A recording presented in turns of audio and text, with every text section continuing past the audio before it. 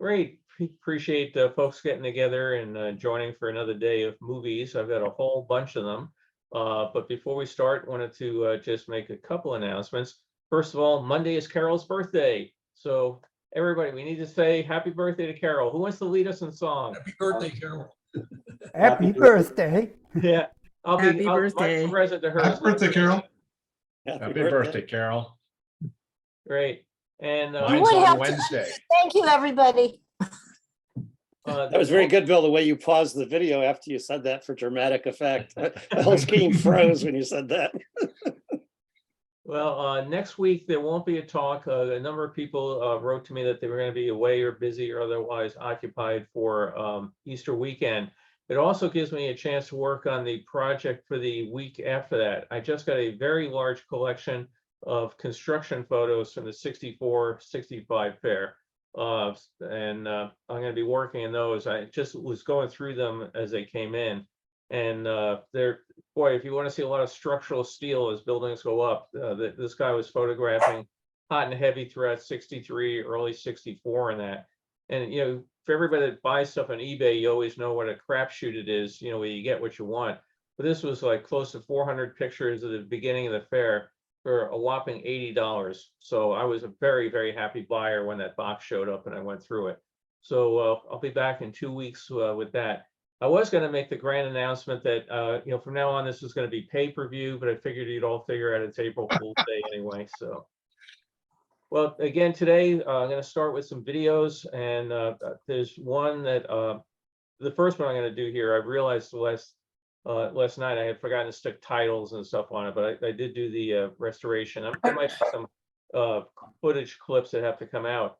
But if you're a fan of the Sinclair dinosaurs, I think you'll really enjoy this particular film. You probably know that after the fair, the dinosaurs went on a tour of most of the eastern part of the United States. They put them on trailers, and I'm still trying to figure out how they got the T-Rex, who is so tall, underneath highway bridges or even just, you know, power lines in towns or whatever. But they took him out on a tour. They would bring him to a shopping center. And you could just walk down the length of the shopping center in the parking lot. And then, as we'll see in the movie, they brought the Mold-A-Rama machines with you. And you got to, you know, create your own Sinclair dinosaur out there in the parking lot. So let me cue this up here, share screen. And okay. If anybody has any idea which town this is in, please feel free to speak up. But let's let me just get out of my mail real quick so I don't hear it go dinging throughout the thing. So we're going to now see the dinosaurs in some unknown town. We do get a lot of shots of the kid, which you can't blame the proud parents, you know, as their kid is walking around. But here are the dinosaurs.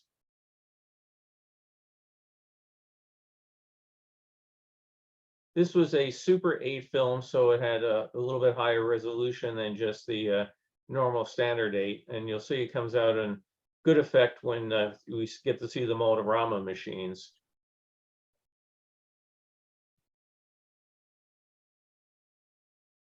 By this point, they had taken out the mechanical motors, you know, so the dinosaurs didn't move. It saved weight and made them easier to transport. Here's the little guy that was at the front entrance gateway to go in. And this is interesting. As the camera pulls back, you can see the birds actually moving around. That's neat.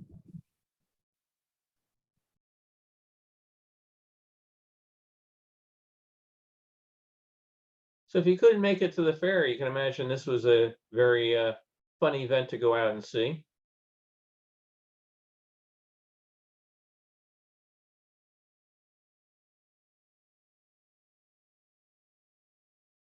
They must have removed the neck from the thing before they could travel across the country. You wonder how they did it, even just standing up. Yeah, they had to take the neck off. There's no, maybe they brought a crane or something and did something to it, but it had to be a logistic of how you get them from A to B. Maybe they're the same guys that later figure out the shuttle. Okay, we're going to take a look at the machines in just a second.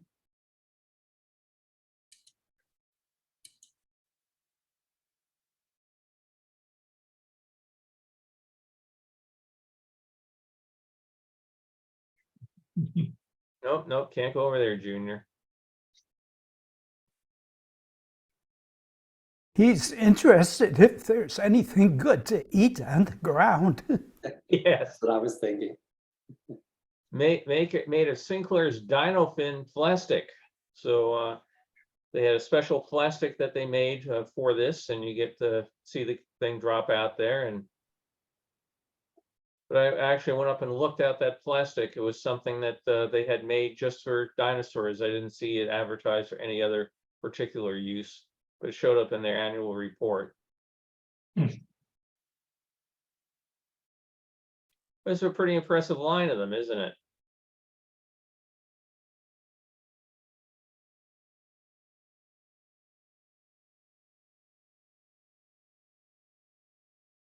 I think the 64 World's Fair was the last time they did this, wasn't it?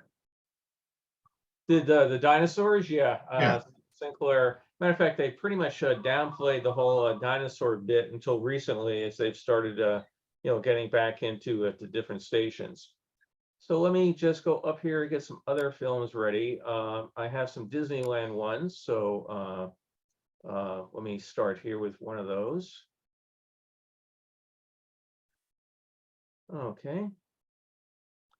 Again, this is a Super 8. It's really remarkable the difference between a regular 8 and a Super 8. You can see they made some tremendous changes to the system. So you get a lot more visibility and also a lot more stability in the film. These have been stabilized, but they have less camera jitter in most of the Super 8s than they do in standard 8s.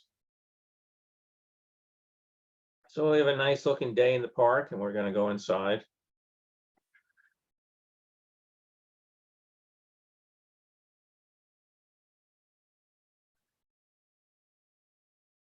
You can see the mast up at the top of the Matterhorn, the Tinkerbell's wire is attached to that she flies down. And Tomorrowland, the one that was there when I started working there, so it's the way I prefer it. It looks like a quiet day for the People Mover.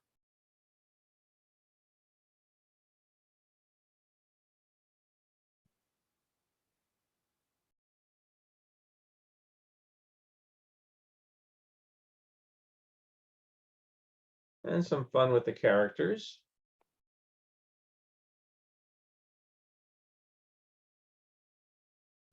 Wow, those are 70s pants if I ever saw them. Maybe 60s. Yeah, we're going to see her in a little while at Knott's Berry Farm. I don't remember if she's got the same pants or not.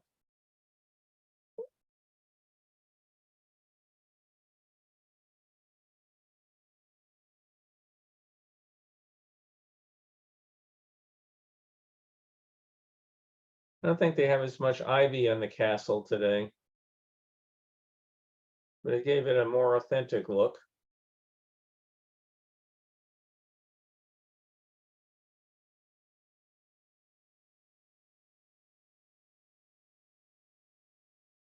Every time I see a picture of the castle, I'm always amazed at what they were able to fit upstairs for the walkthrough there. Yeah. No, I love What was, these. what was the outside made of? Was that the fiberglass molds? Yeah, it's mold. Well, it's basically molded plastic, fiberglass, that sort of thing. This one I love because I mentioned again I did chip at the park for a number of times, so I always watch to try to figure out, did I ever do that? What moves could I have picked up? The castle also, Florida has much more fiberglass in it, or as far as the turrets and that. In this particular one, there's a lot of wood framing inside, and then sheeting over it, and then material that they troweled on top of that to give it a look of bricks, that sort of thing. Tahitian Terrace, boy, I sure miss that. They had a great dinner. Well, actually, it wasn't just dinner. They had it several times during the day. But a great show. You go in and get a nice meal and watch the dancers and that. And there's entrance to Frontierland Pendleton Wool Shop off to the left. The Columbia sitting at the dock in the back. And the Mark Twain getting ready to head out.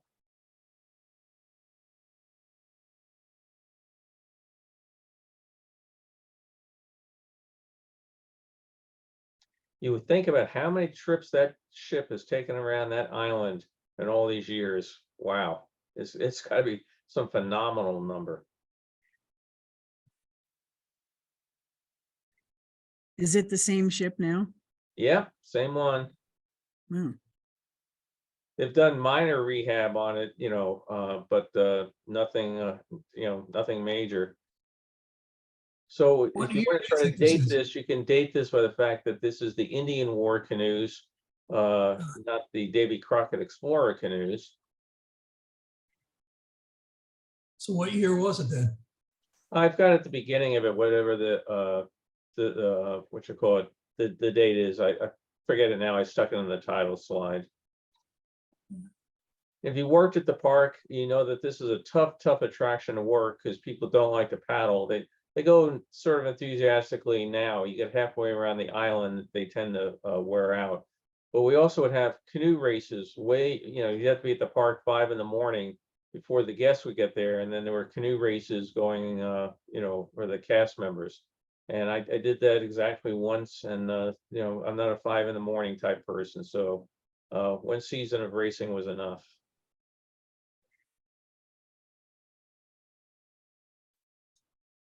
All right, we'll go get the next one here.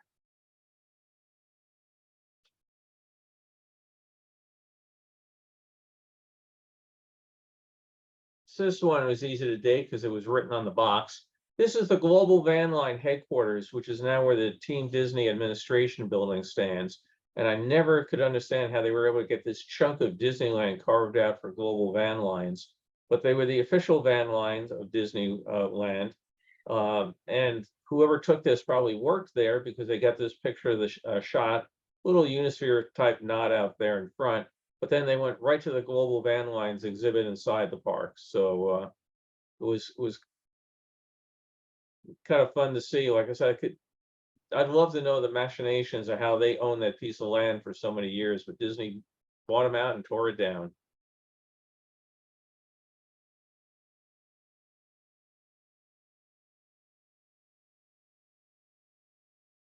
Well, Lincoln's there, so we're post 64. Yeah, it's January 72. Oh, okay, sorry, didn't catch the date.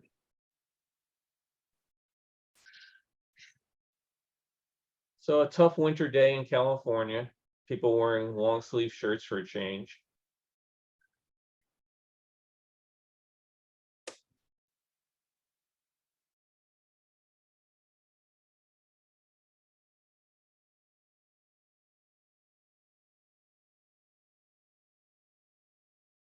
Off to the side, United Airlines sponsors the Tiki Room. Everybody lined up to get their Dole Whip.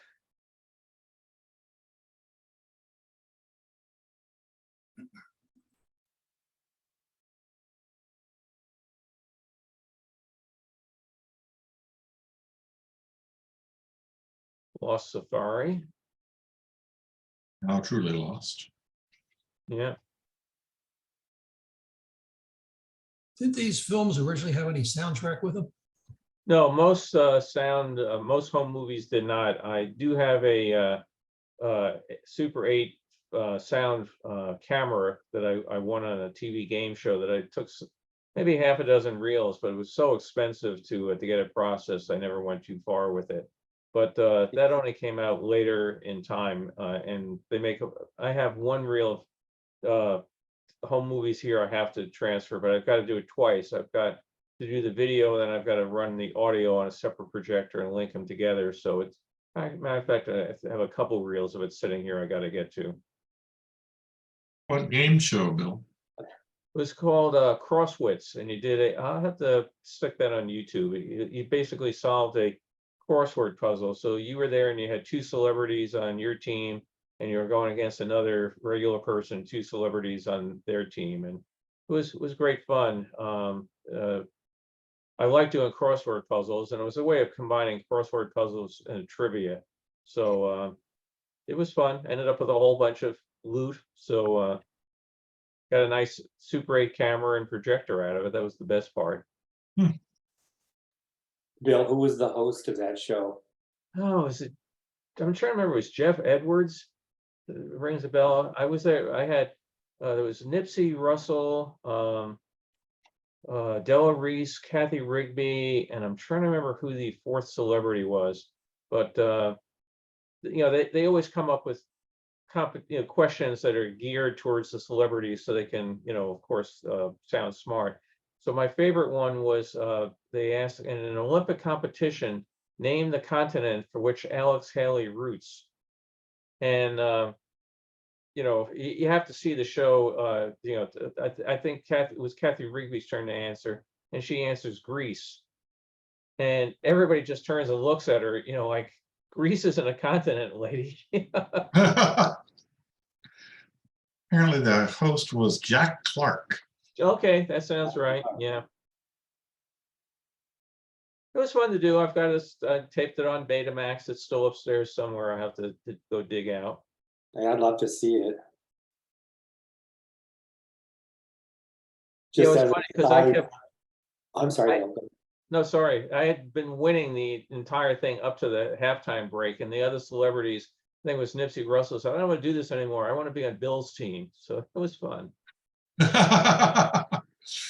Just as an aside, in 43 years as a flight attendant, Della Reese was always one of the nicest passengers. Oh, she was a gem. They were all so nice. Every one of them was just wonderful to talk to. I spent 20 plus years in the industry and realized most of them are jerks. So when you're sitting there, because you stop between, taping for the commercial parts and everything, and they were super friendly and approachable, everybody. So this is a compilation of tapes. I got this was, by the way, had faded bright red, the Technicolor, so I restored it and put some blue and stuff back in it. But we see them taking pictures of the park over 3 days.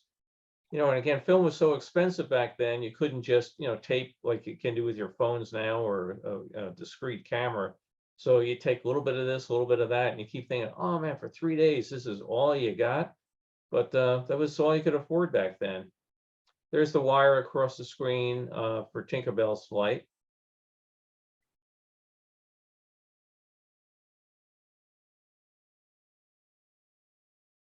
Big costume. Friend of mine did that, and boy, that's a tough one to wear. So much weight high above your shoulders.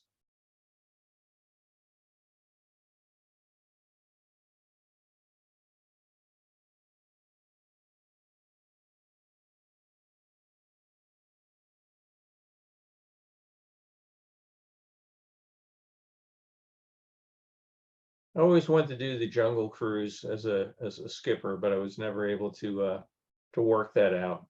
I'd have fun with all the bad dad jokes. I like to tell them all the time. My favorite being, I want to point out some of the beautiful plants here in the jungle. There's one over there. Oh, there's another. Hey, well, there's two more back there. But they probably knew I'd be terrible, so they never let me do it.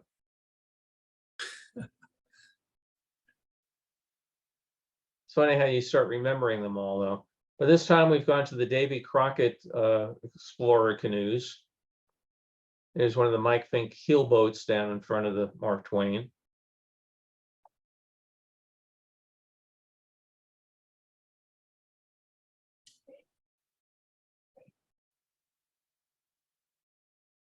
Was the Mark Twain built especially for the Disneyland, or did they buy it from some tour company? No, it was all built. The whole of it was built in Long Beach, and the upper decks were built on a soundstage at the studio. And the first time they got together was when they brought both halves to Disneyland and put them together. So I'm sure there were some anxious moments as they put the top to the bottom. It's a monumental boat, the size of it. What's that? It's a monumental boat. It probably holds a couple hundred people easy. Yeah, it's a good sized boat, but when they first built it, they had for the grand opening, everybody was running to one side of the ship to be on the TV camera side of it, and it started tilting, and the water was lapping up at the deck. So they had to do some retro work and put some more ballast in the keel to keep it on an even level all the time. I mean, it actually floats. It's not on a track. Oh, it floats. It's on a track for guidance, but it floats. It's not it's not like on a train track. It's got a a system down below the bottom of the boat that follows its way around a rail. And occasionally the thing will, come off and they have to go and reseat it. But that's how there was a fatality where some kids stayed out on the island after the island closed at dusk. And then they tried to swim under back ashore, and you cannot swim under the Mark Twain because it's attached to the track. And unfortunately, somebody found that out the hard way.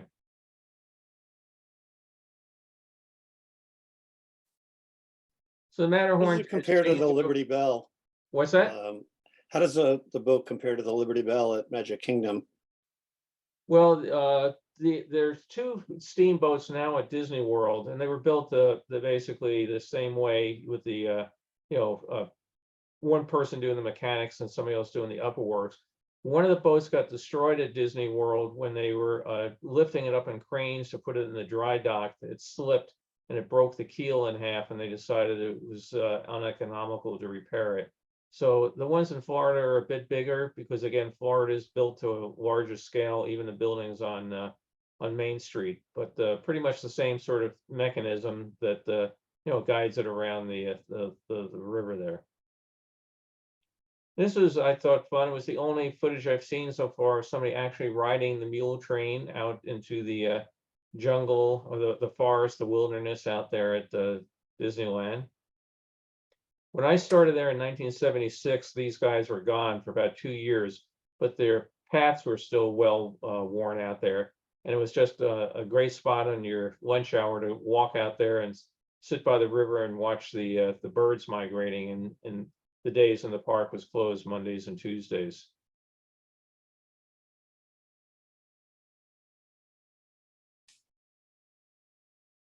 And I really get a kick out of watching this. Just the simple little thing like Alice, dancing back and forth. They have to go that entire route and be lively. I mean, she's lucky she's not wearing one of the suits, but look at the dwarfs. Again, it's the beginning of the parade, but they're going to be putting this much energy into the end of it. And it's a lot longer route than people might think if you're having to do something like that, particularly if it's a hot day.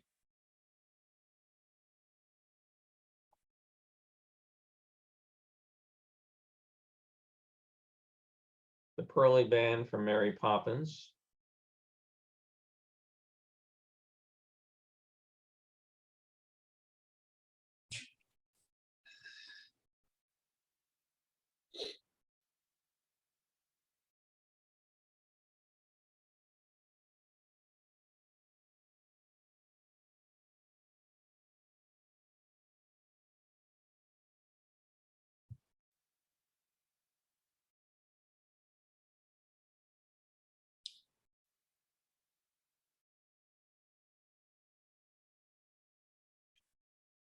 When you look at these old films, you never see an obese person.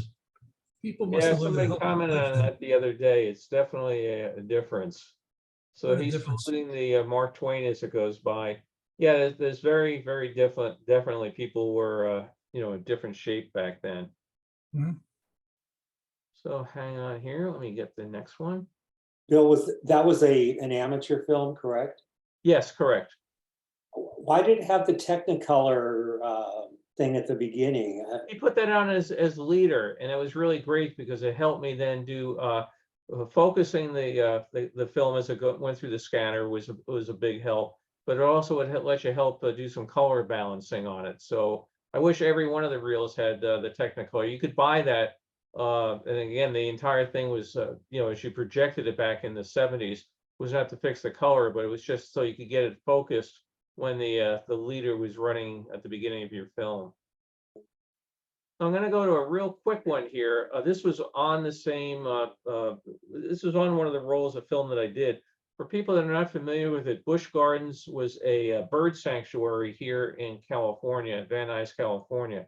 And you would come there, take a monorail ride through the brewery, see all the ways they make beer, and then they would take you out into a bird sanctuary. And you could get free beer, which was great. Over the years, they expanded the bird sanctuary to become a full-fledged theme park with a water flume ride and other odds and ends.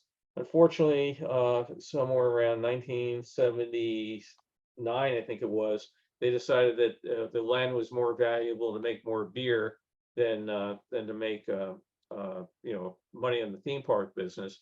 So this is a very short clip of just a minute that somebody had filmed at the during their trip out here. So here's the monorail. I've got still pictures of it. This is the first movie that I've seen, but I enjoyed going there. I'll take a free beer as much as the next guy. So this is the entrance. There's only one small segment of the theme park still exists, a bridge that they built over some railroad tracks. They decided it was too expensive to tear down, so the bridge is up there in the air with no ramp at either side of it. But other than that, it's all beer making factory and trucks and machinery, and this whole theme park is completely gone. So they're boarding the boat that would take you around their version of Tom Sawyer's Island, but theirs didn't have a fort on it. It had a whole bunch of birds.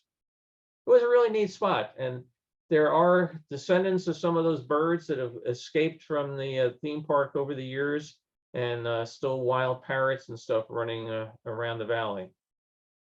We're now going to take another visit to Lion Country Safari.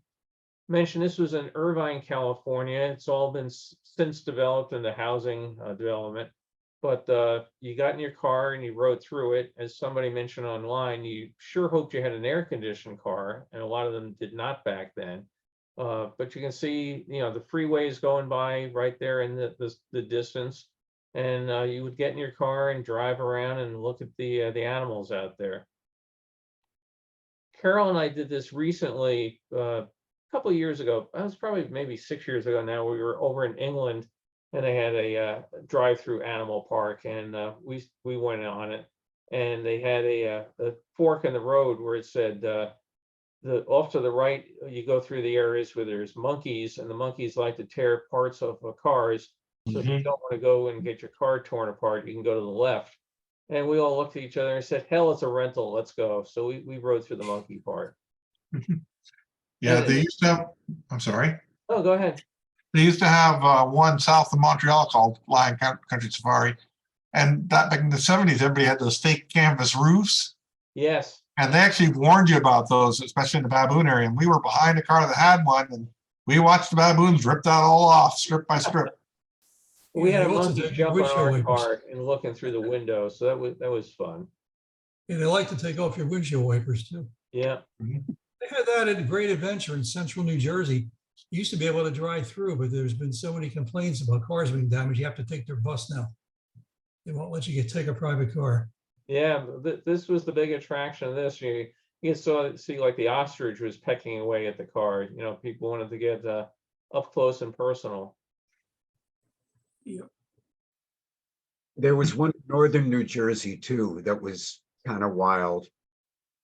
And I've been to the one in Hemingford, Quebec, right over the line in Canada too. Yeah, that's what I was thinking of.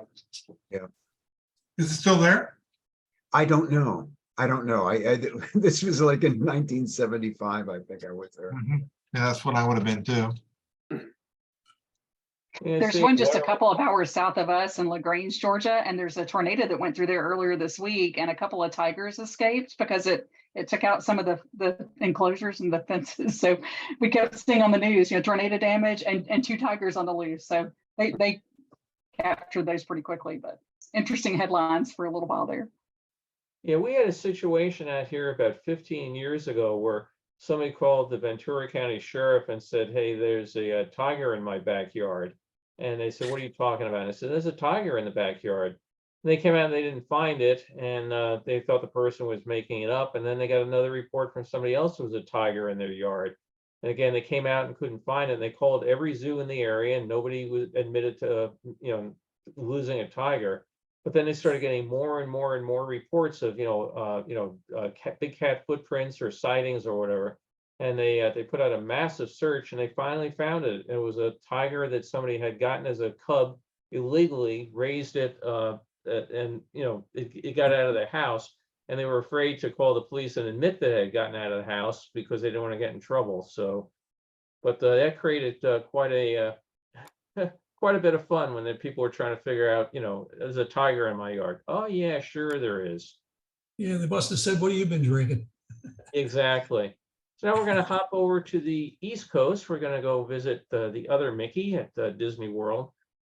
Starts with unknown airport and Eastern Airlines, the only way to fly. No, that was Western. Oh, I thought that was Eastern too. No, because I worked for Western. Yeah. That was a trademarked logo. Yeah. Yeah, I Was can't it remember what If Eastern you had was. wings, Yeah, that was If You Had Wings was their The Wings of World Man. Pavilion. That was. Yeah. Yeah. Yeah. So here we are at Lake Buena Vista Village. I really enjoyed this village. It was a great, unique shopping experience.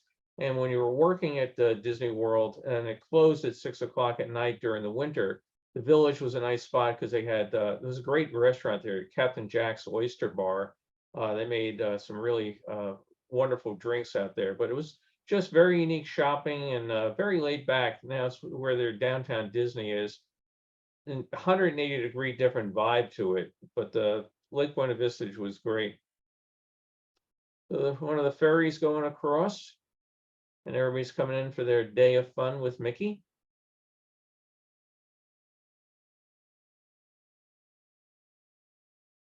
They started loading on the top now too. When my recent visit to the Magic Kingdom, they actually have ramps that go up to the second level during busy times Oh, okay. for offloading and unloading, and it was surprising. That paddle wheeler we just saw was a short-lived thing. It turned out to be tough to run it mechanically, and also the number of crew it took for the number of guests that it transported. So that did not last a long time. But I think it was called the South Seas or the Seven Seas. It was a great looking boat out there. Yeah, they definitely do know how to move people, don't they? You know, between monorails, trams, buses, you know, their new Skyway system, about every sort of transportation you have. But the only thing they don't have is escorters. We need to get them to get little escorters, right? Like from the world.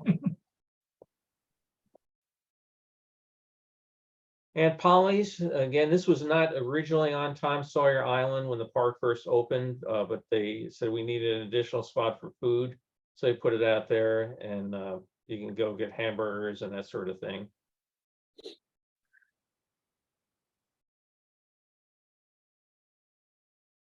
And stop filming for the day, so we'll get some night shots. The lighting on some of these is not really great, but I just left them in there for the footage that is better than other.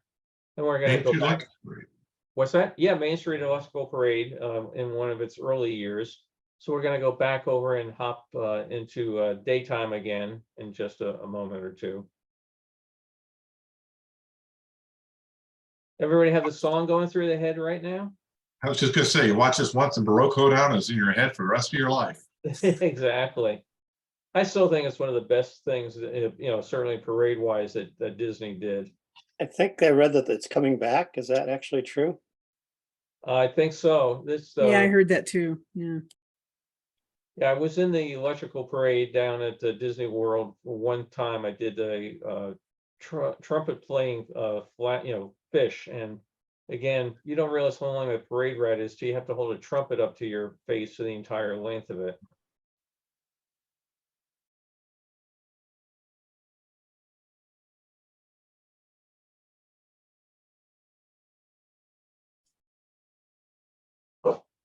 Oh, don't bark at me. You can hop back up on my lap.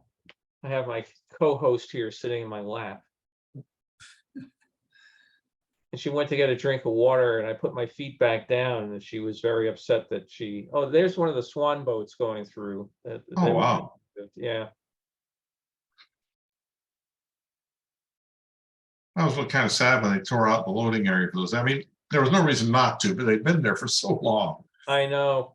Just, you know, it's a nice patio and they use it for photo ops and things, and whatever reason it's gone now. Yeah.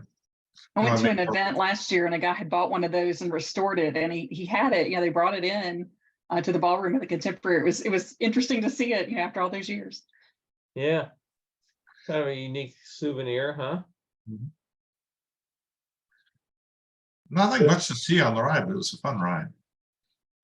Does the What's that, Sky Ride still operate at Disney World or No. Magic? No. No, they took this out. They do have another different sort of gondola system, which goes from one part of the property to another, but not, a theme park attraction. This, that's gone. And of course, the submarine we just saw is gone.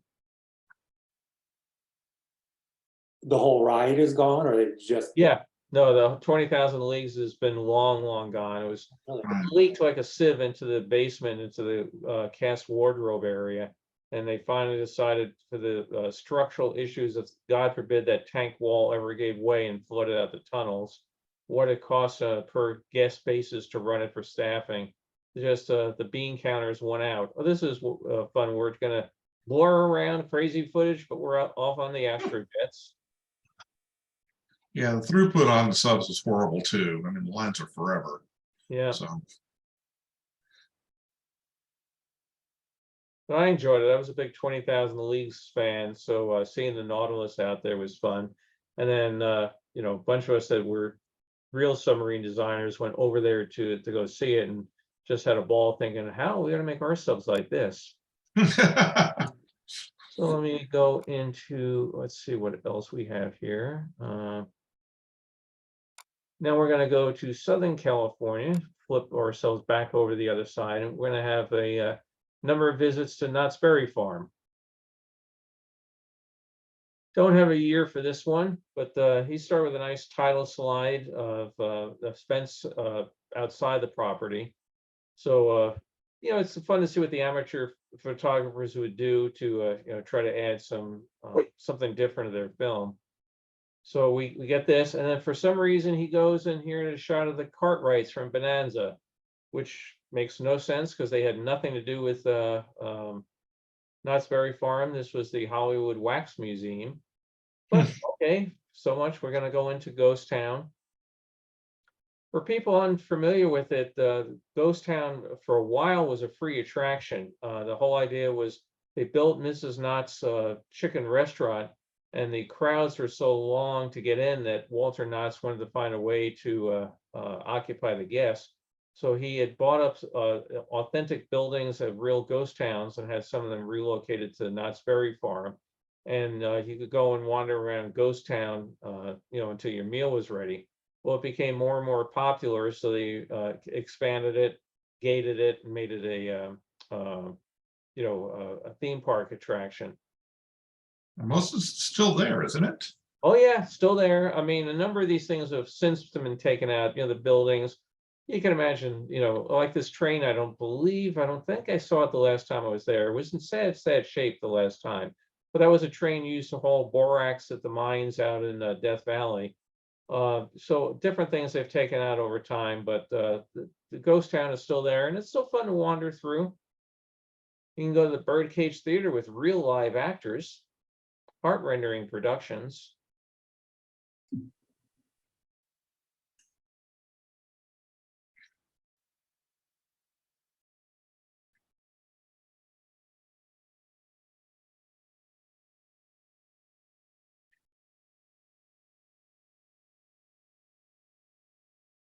And as I said, since then they've added a lot of roller coasters and theme park things to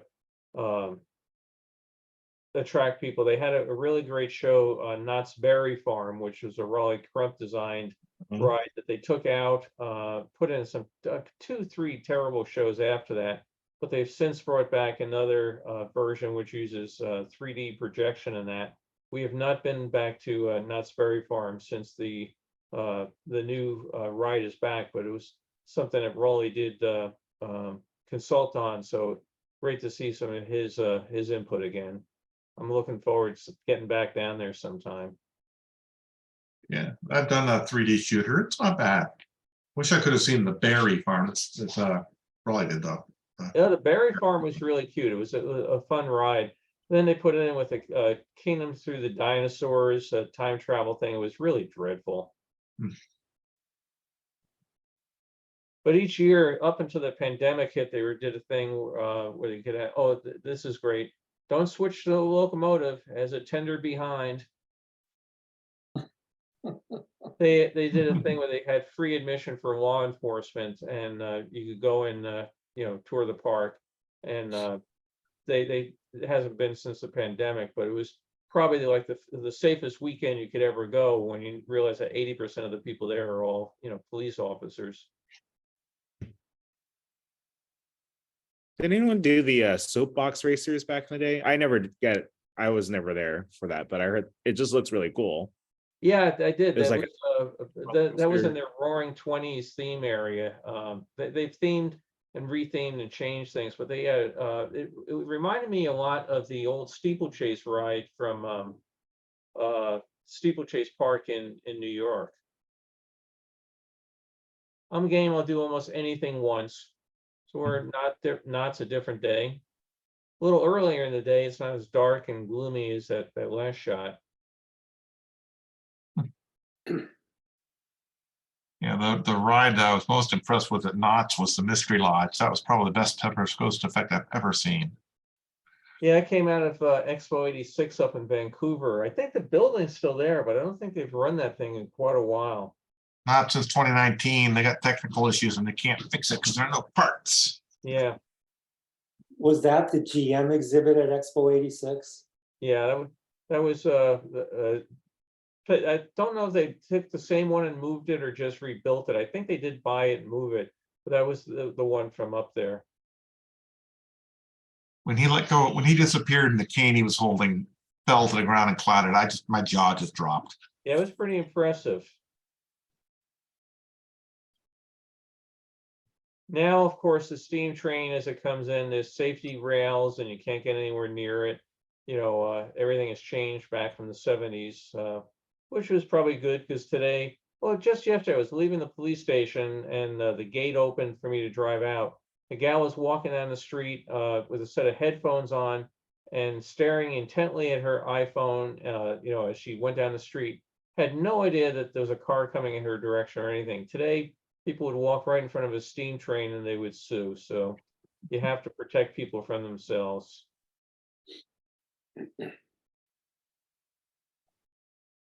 I'm hoping to get down there to ride their stagecoach. Before that, like you would just think that'll eventually just go away too. Yeah.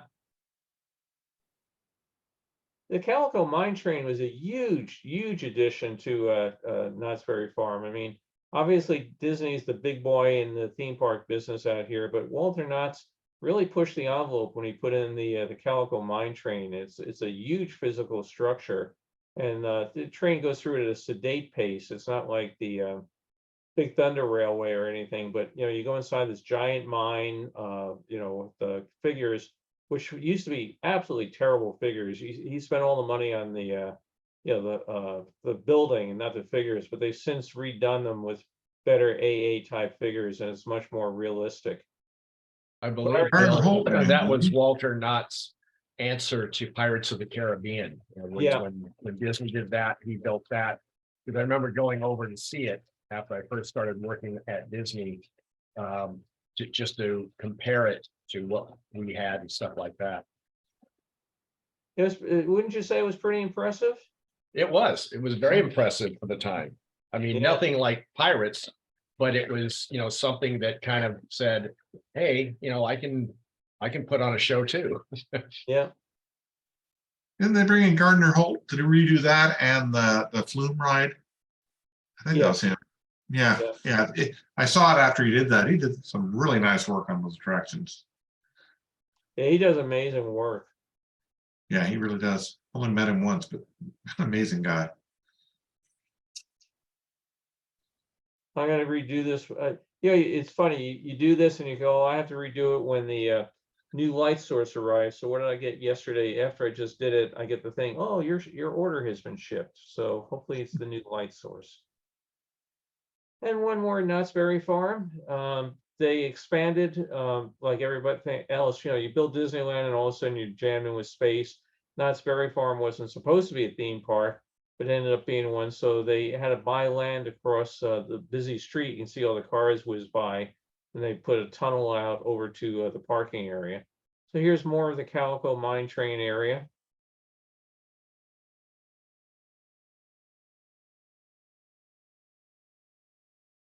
I mean, you look at it, that's a big, big structure. Mhm.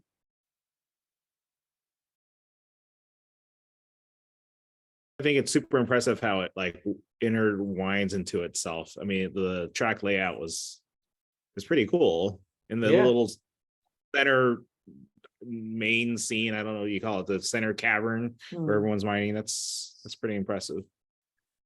Yeah, you look down and you see trains above you, trains below you. There's the gal with her pants again.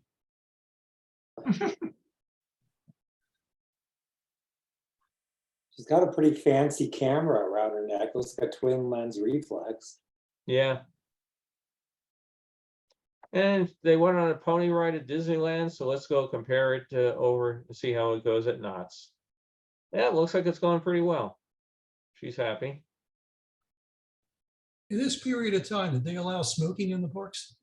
Back then, yes, they allowed it at Disneyland. You know, they then, you know, said, okay, you have to smoke just in the area. There weren't too many of them. I know over by Pirates, that sort of thing. But back I then, don't see many these smokers days, on the video. what's that? You don't see many smokers on these videos. No, not too many. But there every now and then somebody goes by. You know, you see every now and then somebody with a cigar hanging out of their mouth. You know, good luck doing that today. Well, I was noticing on that first film from Disneyland, I think you showed, I think when they were coming, you were at the entrance to Enchanted Tiki Room. A guy was walking through. He didn't have it lit, but he had a cigarette hanging out of his mouth. Yes. As he walked through. It was kind of shocking because it was like, I don't remember seeing it. Oh yeah, I guess that they did allow smoking back then. Yeah. Yeah, I don't think they started cracking down on smoking. I don't until the remember seeing any 70s. butts on the ground. Yeah. Where do they put the cigarette butts? Just drop them on the ground? Well, they would, and that's why they had sweepers all over the place with those little dustpans. They saved them up and put them in mission control in Houston. Yeah. Oh, yeah.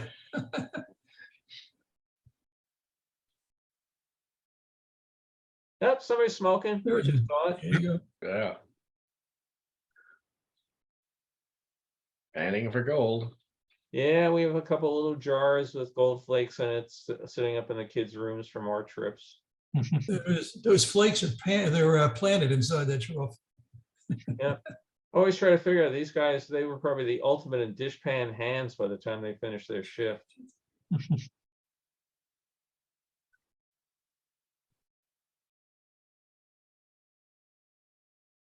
I doubt they still do that, but it's hard to imagine an attraction like that working now. Yeah, no, they still do it. It's become much more expensive. It's definitely not a cheap thing to do anymore. Very, very much so. So hang on, I wanted to find this one last one. Where did I put it? Okay. That's the trouble. I use stuff everywhere. Where did I put it? Let me just search here 1 second. Back to the smoking. Does Disneyland still have designated smoking areas or no? No. Okay, I didn't think so. And that's a good thing. Oh, yeah. Definitely. This is a fairly short one. Again, you know, people go on a vacation and you end up with lots of pictures. You know, I think this was on about a 200-foot reel, and you get all sorts of pictures of things. You go, why did you take that? You should have taken, you know, what I wanted you to take. But for folks that are not familiar with it, Expo 74, also known as the Spokane World's Fair, was a really ambitious undertaking for the city of Spokane.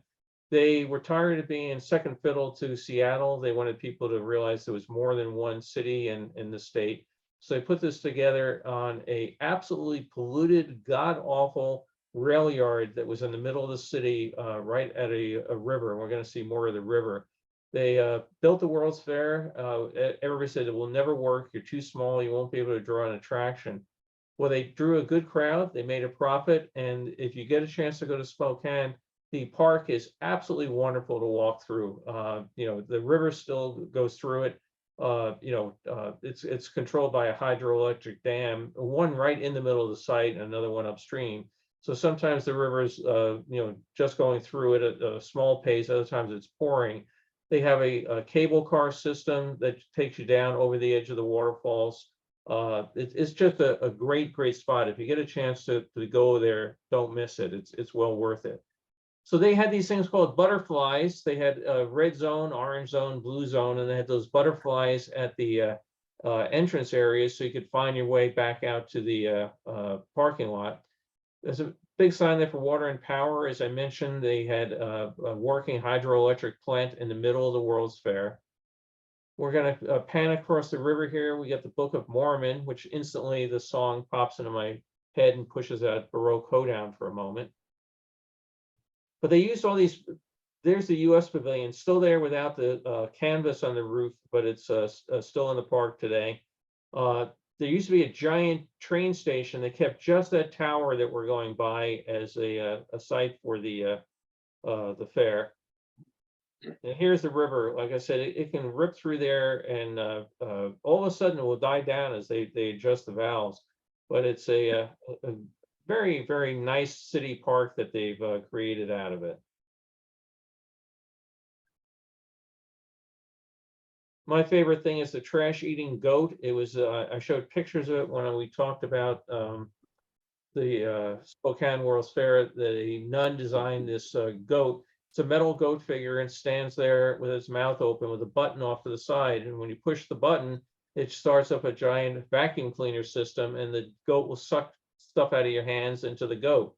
And I'll tell you, that park for a half a mile circle around that goat is the cleanest park you're ever going to find in your life. Because if anybody does anything like throw a cigarette butt down, some kid is going to run over, push the button, feed the goat. And it's still running there, like I said, all these years later. And so Carol and I went up there, and I had crumpled up some napkins and stuff in my pocket because I knew the goat was there. But oh, that was so much fun, and you start looking around, where's more stuff for the feed the goat? It was you think about how, and again, it's so simple. It's just a vacuum cleaner with a goat head stuck over. Oh, it's a whole goat body stuck over it. But it's just, kids love it. Every park in the United States should have a trash eating goat. So let me just look here at the comments here. Let's see. Going way back up here.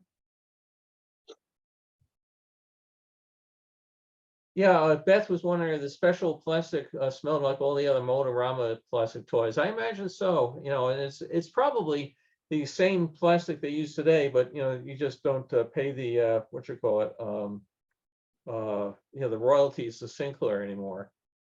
Darren mentioned Hudson's might have been Detroit. I don't know, how many Hudson stores were there? I'm not familiar with the chain.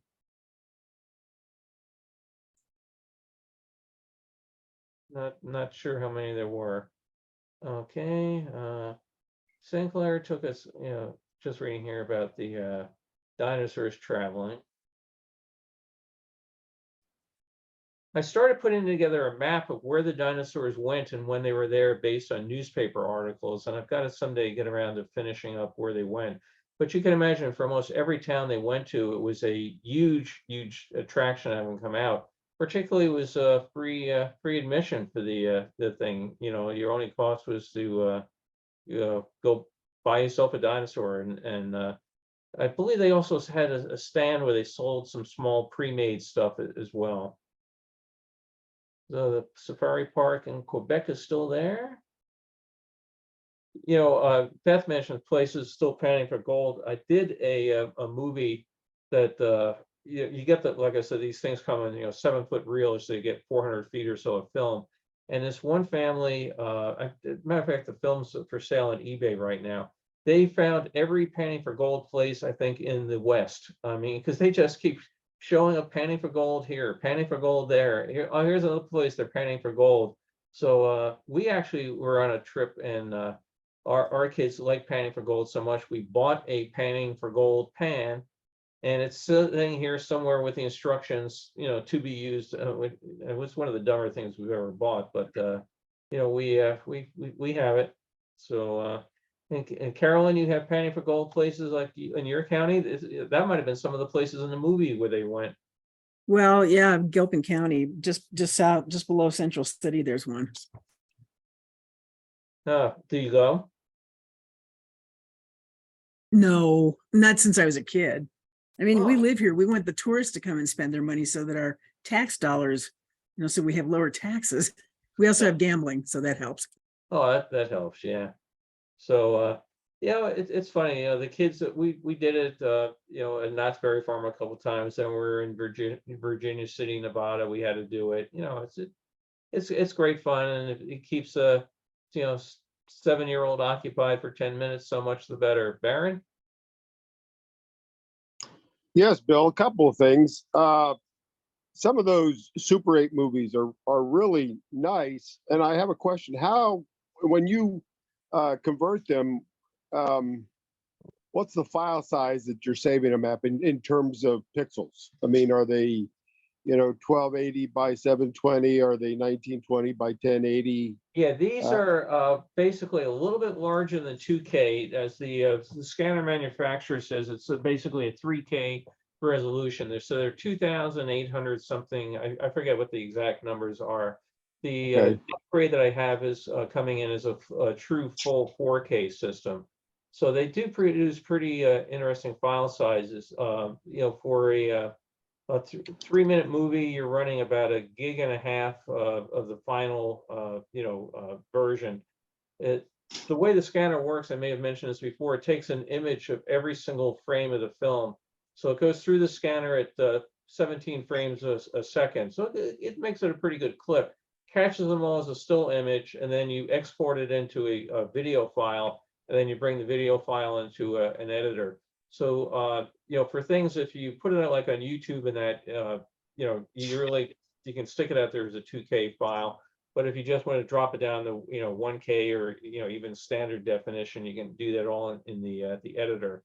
And, but it creates a lot of images. And I've tried, there was one other movie I did have. Let me, as long as I still got you, I remembered I did another one. So hang on one second here. Let me get it. Otherwise, I'll say you stayed up till 3 o'clock in the morning and you didn't even use it, you idiot. So hang on here. Let me just cue this up. Let me start the share screen. This was one I tried working on to do what I could with the red, and I only got so far in it. So this is a commercial film from Castle Tours of Universal City Studios.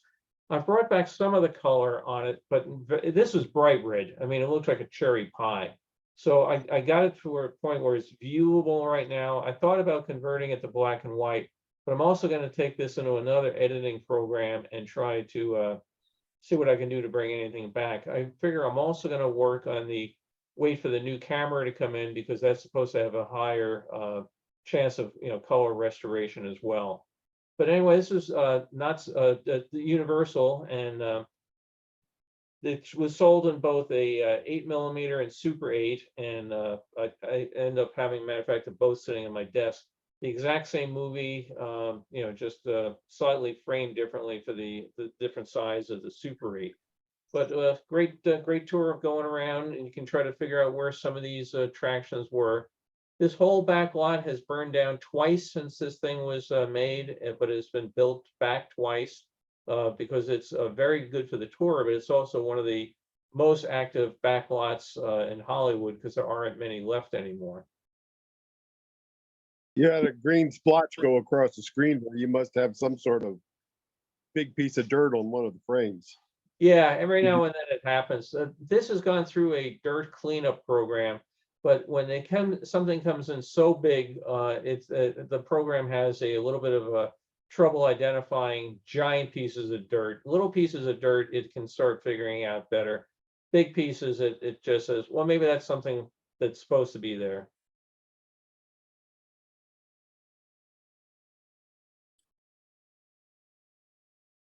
No, it didn't look like something that was supposed to be. It looked like a big piece of green dirt. Oh yeah, but the program, that, I know that, but the program doesn't know that.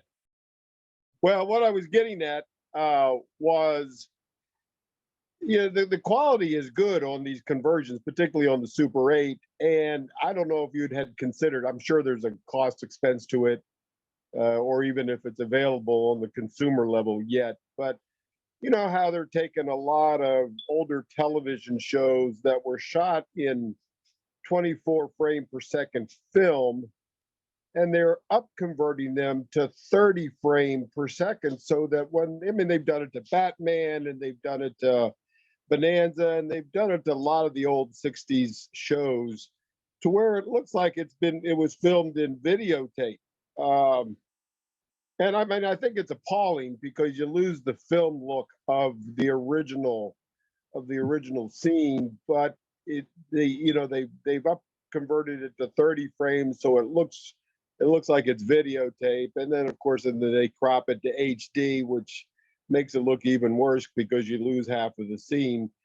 But the point I'm getting at is that the conversion of those Super 8s were so nice that if you were to even attempt to up convert those from, and I guess these were shot at 16 or 24 frames a second, to even up convert them to 30, they would look really dynamic. This movement would be nice and smooth, and it would really look realistic compared to how they were originally shot. But again, it's a cost-effective thing, and I don't even know if something like that is even available yet on the consumer level. Oh yeah, it is, and I've done it on some. The program that I use can pretty much upscale it up to 60 frames a second without a particular problem. The trouble is, it takes forever to do it, and I am so far behind with films right now that like some of these films I've done on several different exposures, when you're going indoor, outdoor, and they're spliced together. So it can take for I have a reel here. Film this size, this is a 5-inch reel. It can take to go through the stabilization and the cleanup program can take 5 hours to get through it on one pass. So if you've done 2 exposures, you're looking at 10 hours to get through it. If you start doing the full upscale to like 60p, you can basically double with that or so.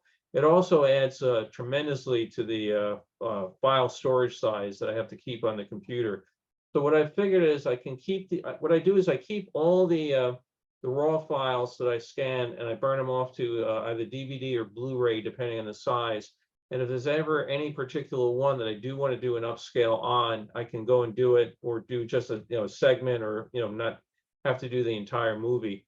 But yeah, they do come out really nice. There's if you are interested in doing video, there's a company called Topaz, Topaz, and they make a couple of really good tools. If you have a still photo that is small and grainy or whatever, the Topaz photo editor is just astonishing what it does in terms of putting definition into the pictures. They took that same technology where they were doing a still picture, and now they put it into their video product. But it basically, you can have 24,000 images in a movie. So you do anything 24,000 times, it takes time. But yeah, upscaling that they come out looking really good, and it's someday when I catch up, I'll start redoing some of them. Well, then that would maybe give you the incentive to think that at some point along the line, you'll find one particular film that you're converting that, forget the rest of them, but this one particular film would just be so dynamic in its presentation if it was totally upscaled, and that would be the film that you would want to then convert to. The rest of them, be damned, but you'll find one that just so requires that it be done to make it so dynamic looking. Second question. You said something about you're receiving a new light source. Give us an explanation of that.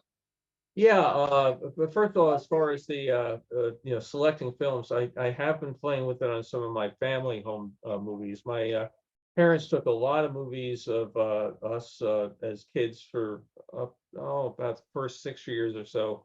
Then I think the camera got dropped, and that was the end of it. But I'm doing those and working on those. As far as the light source, when the scanner was done, it came out as a 3K scanner, and basically has the way the light source works is a little square. It's about 2 inches square that has maybe about 48 little LEDs on it, and then you go through a diffuser panel you can see it doesn't diffuse it quite evenly. So if we looked at the light parade picture today, you can see some blooming and flaring in certain areas. The new upgrade that he does to the scanner has the same little 2-inch square, but instead of about 48 light sources, it has like 96 or something like that. So he's got many more discrete points of light. It's also much brighter than the existing one. So for the darker films, the computer doesn't have to try to pull the image out of the darkness. It's going to, blast more light through it. The 8mm films are really, they were never made to be copied. They were always meant to be just shown. So they're very dense material, and trying to get light through the darker period without destroying the lighter period next to it is sort of hard. It also comes with a 4K camera, which is connected. This camera is connected to the scanner via USB 3 port. The new camera goes in via Ethernet port. It has a much wider dynamic range for light resolution, and therefore also color differentiation. And then he puts all sorts of other bangs and twists in it, for faster rewind, and it's quite an upgrade. It's going from say a 64 Mustang to a 1984 Mustang, that sort of thing. So I'm looking forward to it, and it's one more toy to get used to. Okay, the other thing is we want to make sure that you don't break out your little old Kodak Brownie 8mm camera when you shoot your daughter's wedding here at next month. No. We've got some. This guy that's going to do it has this thing you crank. It really works well. Wayne, you have your hand up. Yeah, a bit of digression that applies to many of these Saturday Zooms, and that is, it recently occurred to me how many places have artificial waterfalls. And years ago, I visited the Miami Zoo, and they had a artificial waterfall out in front of the main entrance. And I heard behind me a woman with an obvious New Jersey accent say, "I didn't know they had waterfalls in Florida." You got to stop and wonder at times, don't you? I'm from New Jersey. What accent are you talking about? Yeah, she sounded like she was right out of The Sopranos, did she? It's funny. You do get used to accents, though, and I'm originally from Brooklyn, and there is very, very definitely a Brooklyn accent. I mean, there's no way to deny it.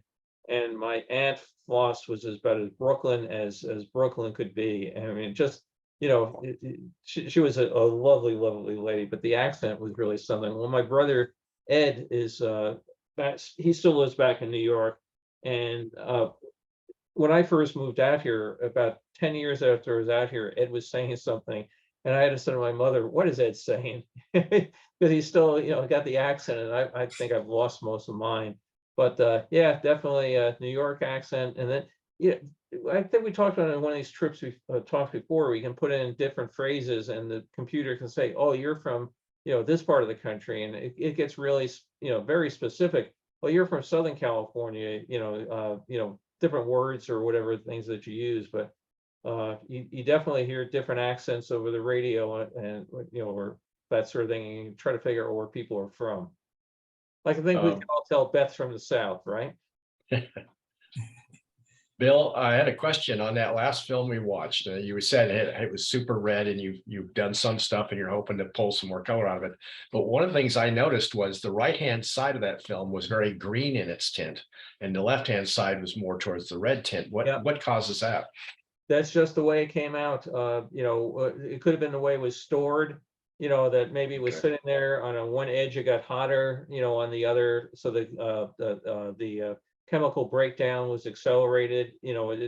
It's interesting because I mentioned I have both the Super 8 and the 8mm, and I ran them both through, and I did the regular 8 was far worse than the Super 8, and it was probably older again, you know, because Super 8 came out later. So the regular 8 had no chance of bringing anything back. It just was either going to be red or black and white. There was no doubt about it.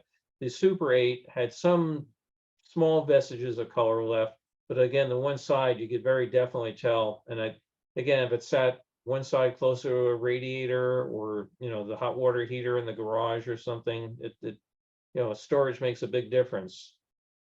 Yeah.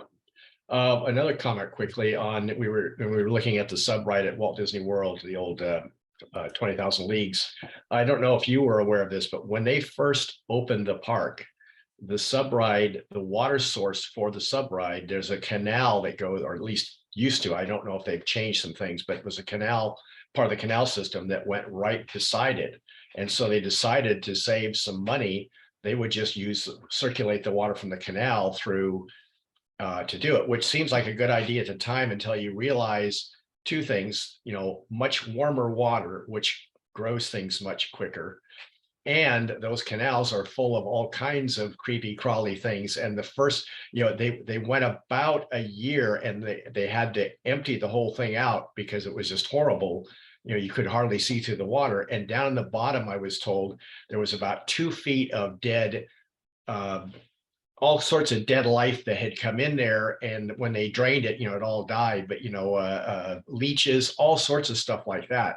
So they ended up having to build a wall across it and create its own water system and its own filter system, which still, you know, every now and then you have to take the whole thing down. But, you know, they thought they had an idea to save some money, and it turned out it was not the best idea in the world.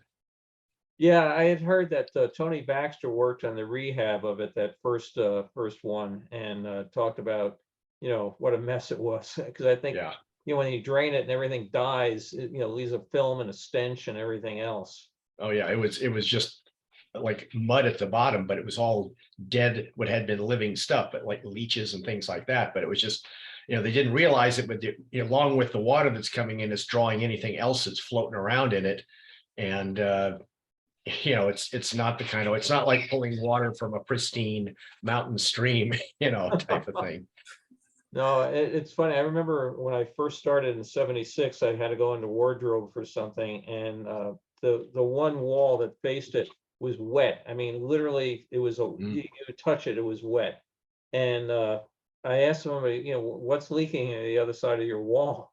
And I said, that's the 20,000 Leagues Lagoon. I said, you know, wow. And they had all, it's funny the things you flash back on them. Remembering now, they had dehumidifiers like every 5 feet along this wall, and fans blowing just to try, because it got very musty on that side of the room and everything.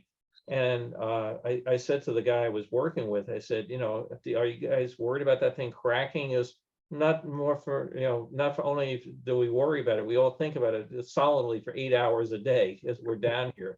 But you've been down the tunnels, you know what it'd be like. Can you imagine if that thing had let go? Oh yeah, that would have been like I say, and it was the technology of the day. Today you could do that because there are coatings you could put on that concrete that would literally keep anything out of it. Yeah. But in those days, it was kind of new science, and they didn't, you know, they put a coating that should do it, you know, but it didn't at all. And you know, I say all the different things they had, the learning curves they went through on that whole thing. Well, my office in the tunnel is further down. I always figured if I heard people screaming, I'd start running. You know, I was closer to the exit. But yeah, I mean, 20,000 Leagues, I loved it. I mean, again, the Jules Verne novel, I devoured the book. You know, the Disney movie had memorized, and to get down there and actually go for a ride on a real live Nautilus, I mean, that was just the coolest thing. I mean, I just love that attraction. And you know, so sorry to see that it's gone. But yeah, I'm sorry they got rid of all those Nautilus subs too. I mean, those are things of beauty. They should have at least kept the shells of them. What happened to them? Where are they now? they cut most of them up for scrap. There's one of them that the last I knew was down at the Castaway Cay or Key, whatever they call it, for the Disney cruise. You could go diving on it. But they basically cut them up and sold things like the seats at they had an auction. And you could buy the porthole, you know, rims. You could buy the flip up seats, you know, all that sort of nonsense for it. And you know, they just just demolished. Randy, Nobody wanted, oh, go ahead. sorry, Brock, you had something to add on I was that? just gonna say, nobody wanted to buy a whole submarine. You know, the thing with that is Disney doesn't let, for almost everything they Yeah. sell, they take out all the mechanism for anything that you could hurt yourself on. So for the submarine, there was no way the lawyers would ever let them sell a submarine with a motor in it that somebody would take out thinking it was a real submarine, drowning themselves and, you know, coming back and suing. So when they do anything like, when they sell an Autopia car, you know, one just went for, I think, $48,000 last week at an auction. It was made street legal. It was the whole big magazine article about how this guy had to do it. You know, so I mean, we were at the auction preview and looking at it, and there's no way I would take that out of the streets out here. But anything they do, they take out all the mechanism and everything, and then make you sign a waiver that, you know, anything you ever have happen, you know, is not Disney's fault. So for the most part, they would prefer to cut things up and get rid of it rather than take the risk of somebody doing something stupid. So, You know, well, Randy? Bill, I had a couple of comments. You mentioned Topaz Labs. I really highly recommend it. I've never used it for video, but for yeah, it's a plug-in for Photoshop and or Photoshop Elements. It really is a great suite of you know of color corrections of, you know, various things. Probably nowhere near as sophisticated as what you have, but I think for most people's use, it's really great. And then also Spokane, the World's Fair site. I had layovers there probably in the let's say late '80s. That park and the remnants from the fair had really fallen into disrepair. And it's just been in the past, maybe what, 10 years, they've really gone in and spent, it looks like quite a bit of money. I haven't been there, but I've seen pictures posted on Facebook to really, you know, bring that park, you know, up to really high standards.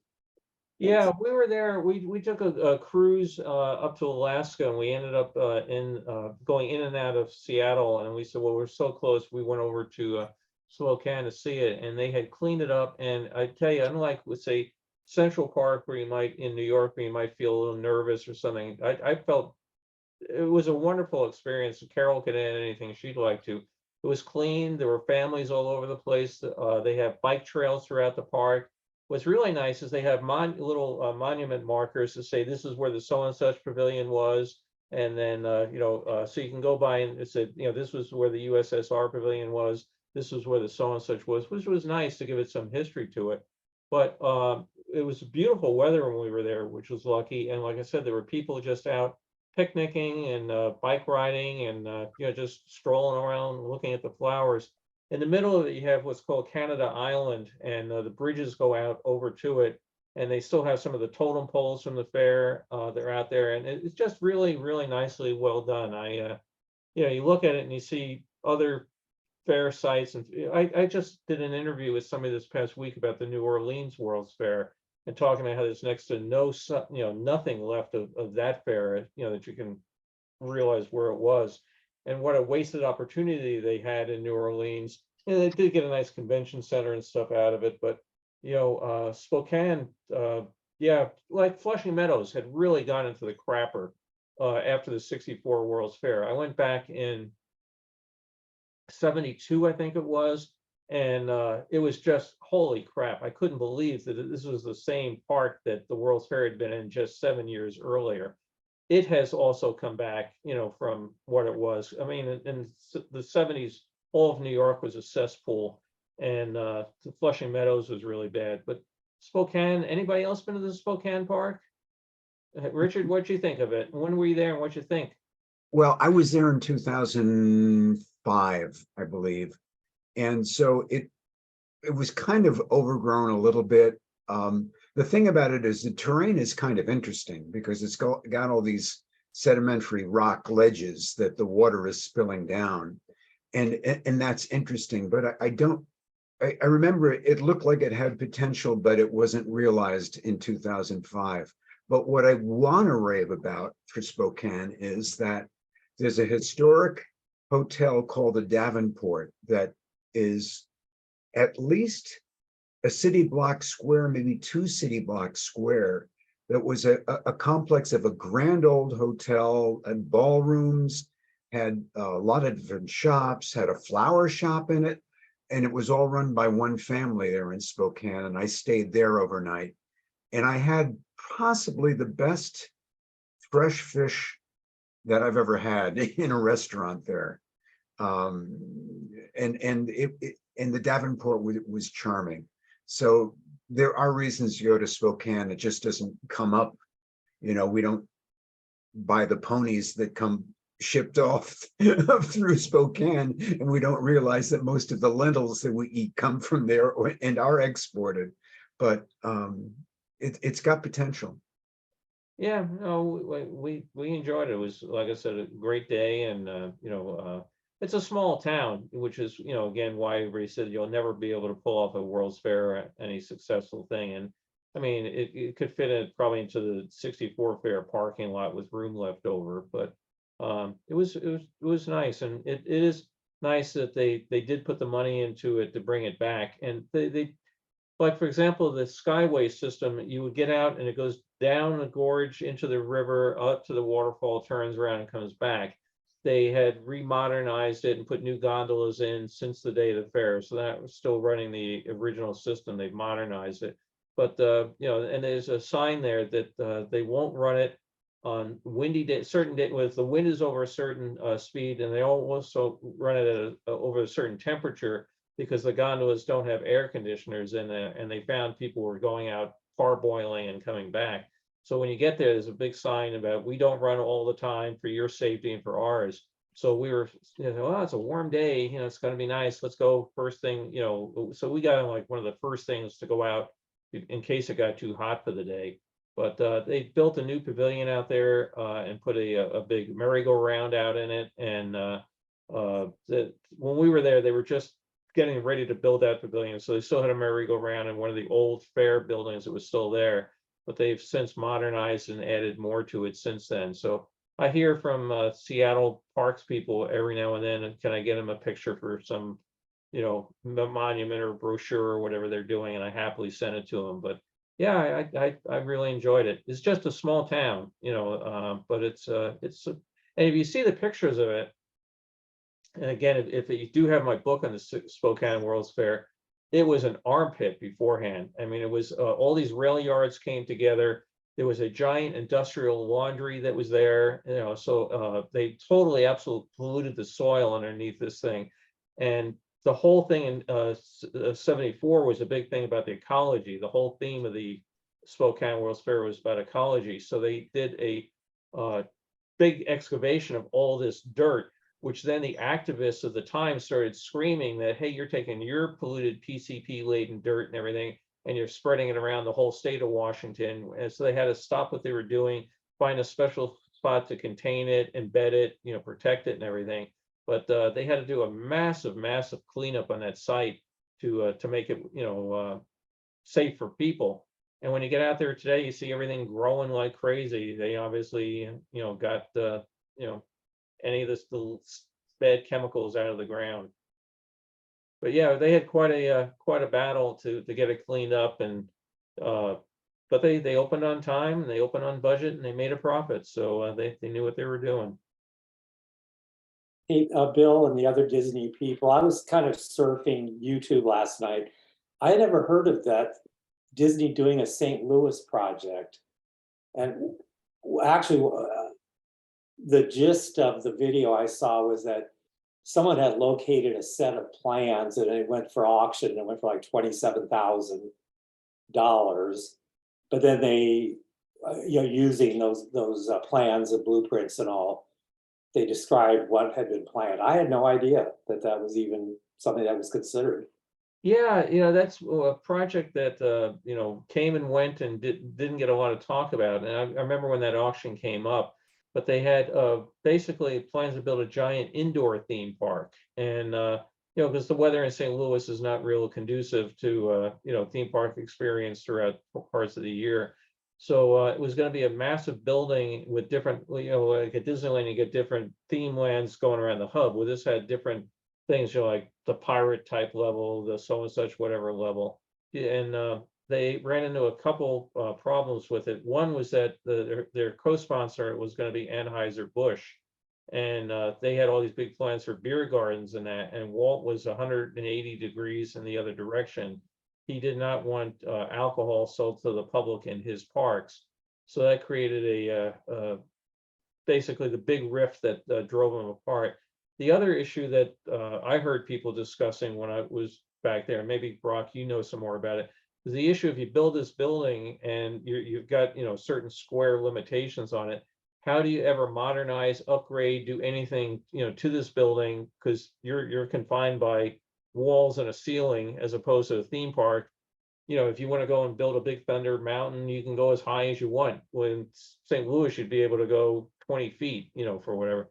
Brock, did you know anything extra about that, the particular park? You're muted, sir.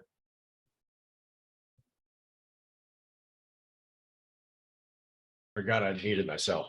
No, I'd never worked on it. I remember hearing some stories about the fact that they had considered that. The only stuff I remembered and actually worked on was after the opening of the studio park in Florida. There was this idea to try to do a bunch of smaller regional parks around the country. And I worked on one for a while that was looking at being, I'm trying to remember exactly, I think it was in Virginia, but it was going to center around a combination of the Revolutionary War and the Civil War. But there was all kinds of activists who didn't want to have Disney there to ruin their stuff, including Robert Duvall, who was very actively against it. And they eventually ended up dropping the idea of doing a park like that. And it was going to be a situation where they were going to be limited on the land they could purchase and everything else. So the ability to expand, or if it was successful, or to provide the kind of environment, there were people who were worried about traffic, because it was a very much residential, not residential when you think of LA or city residential, but rural farming residential kind of area. And they had their little roads, and they didn't want to have 10 million people a year coming to a park there in the middle of it. But that's the only one I worked on and knew what it was. But that was going to be an outdoor park. Yeah, it was Disney's America, and Yes, but yeah, they later tried. It was in Thousand Oaks or wherever, they built a couple of these small Disney indoor things where they were basically because we went to like somebody's birthday party there when our daughter was young. They built that out there, and I forget what it was called. It wasn't Club Disney. Club Disney. Was it Club Disney? Okay. Club Disney. It was when I was at the Disney stores, they were doing the whole regional thing, and it was like the Disney Quest in Chicago that started through, and then they were just gonna think about the whole concept of Mickey's Kitchen and Club Disney and all that stuff together, but obviously didn't happen. Yeah, it's too bad, because I remember going out there and our daughter was well entertained, and it was fun to see a Disney presence other than in Disneyland.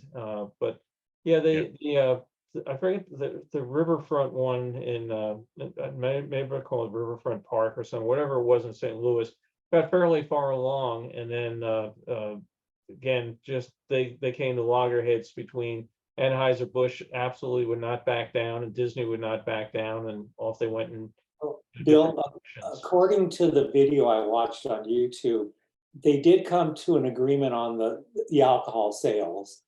I don't know how, where this guy got his information from, but like I said, initially, Bush wanted, beer, just free flowing beer throughout the entire park. And they came to an agreement, according to this guy, only in, kind of typical of like dry counties or semi-dry counties in Texas or whatever, only where food, full food service is available. But what he said kind of closed the whole project down was Disney and the city could not come to an agreement on, the city was going to build the building, which is of course going to be enormous, but just the exterior of it. And it was going to be up to Disney to finish off the entire interior. And Disney wanted the city to do more of the interior. And the city said, no, we're only going to build the walls. That's it. You know, you're responsible for electricity, water, you know, everything inside those walls. And Disney backed down on it. So.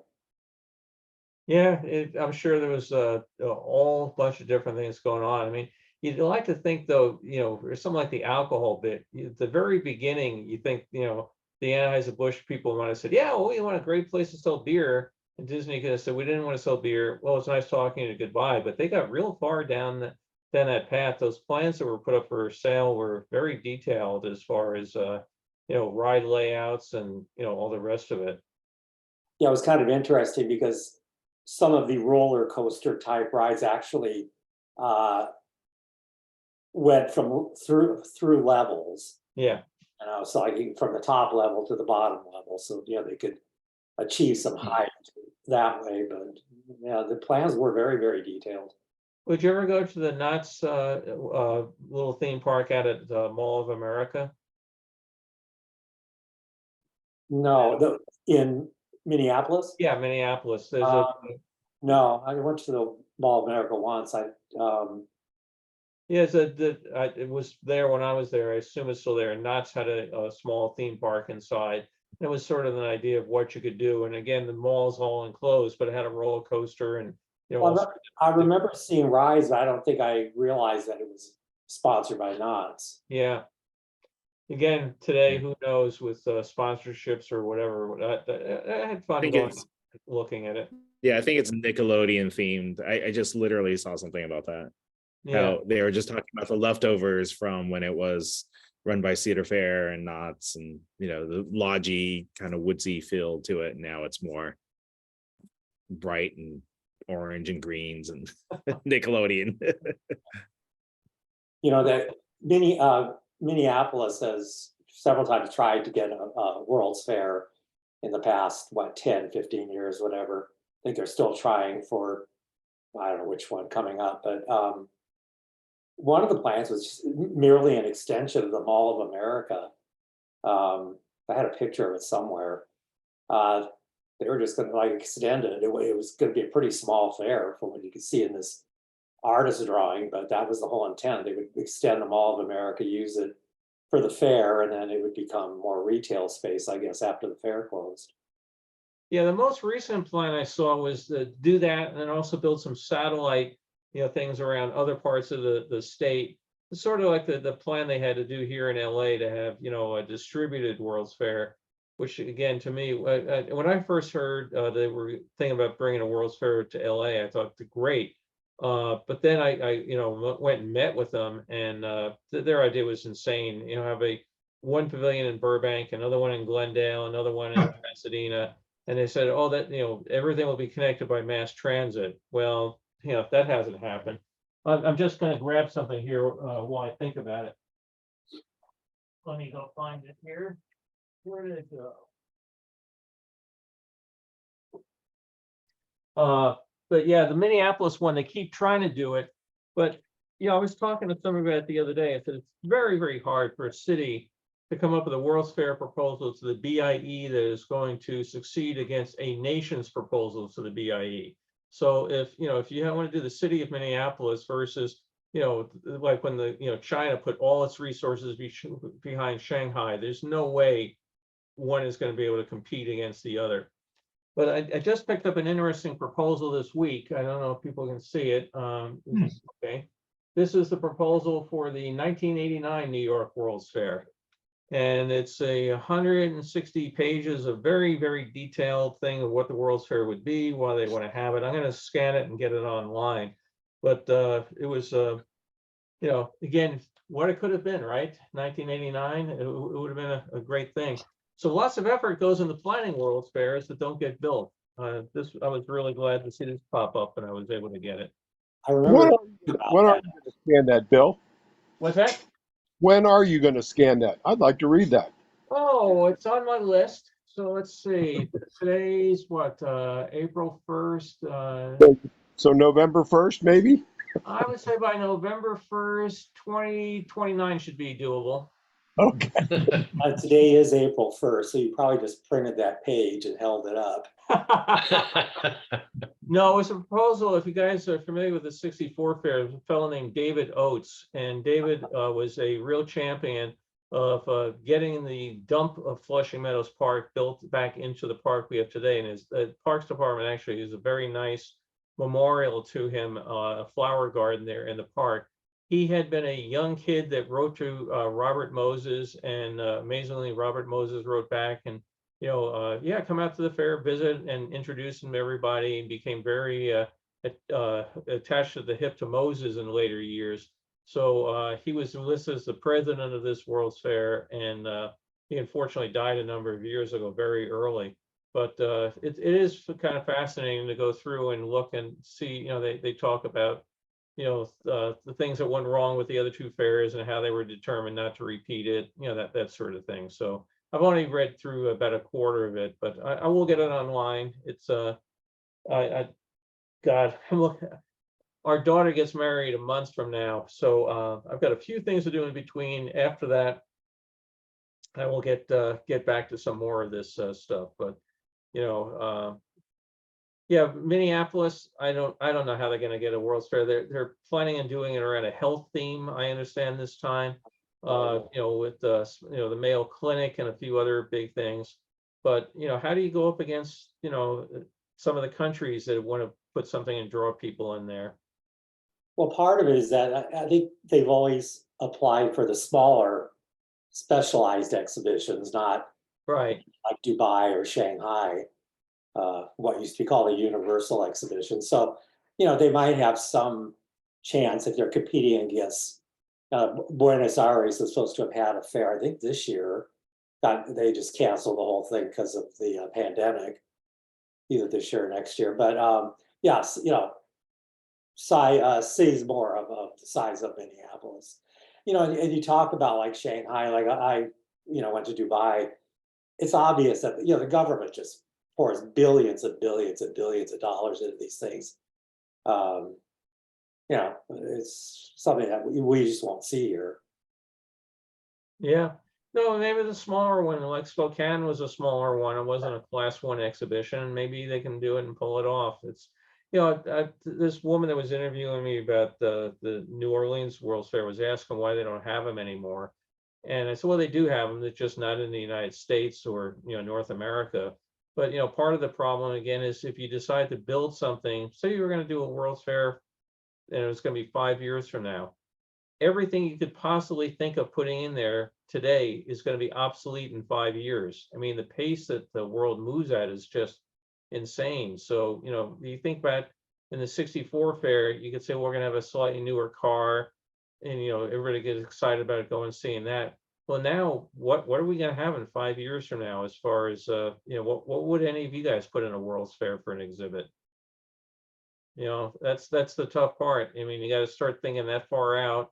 And then if you announce what's going to be in it, then your competitors are going to build it and sell it the year before you open your pavilion anyway. So it's yeah, I think from my experience at Shanghai and Dubai, the picture behind me is Japan at Dubai. They tend to have less of, you know, like that type of exhibit that the New York World's Fair had, of, you know, how GM cars will look 20 or 30 years into the future. I mean, there were occasionally you saw something like that, but it's just mostly cultural type exhibits. You know,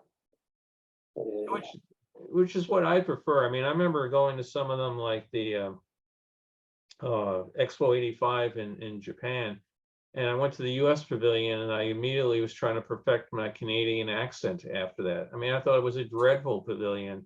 It was an interesting building, but it was all about Texas Instruments and Coca-Cola and that.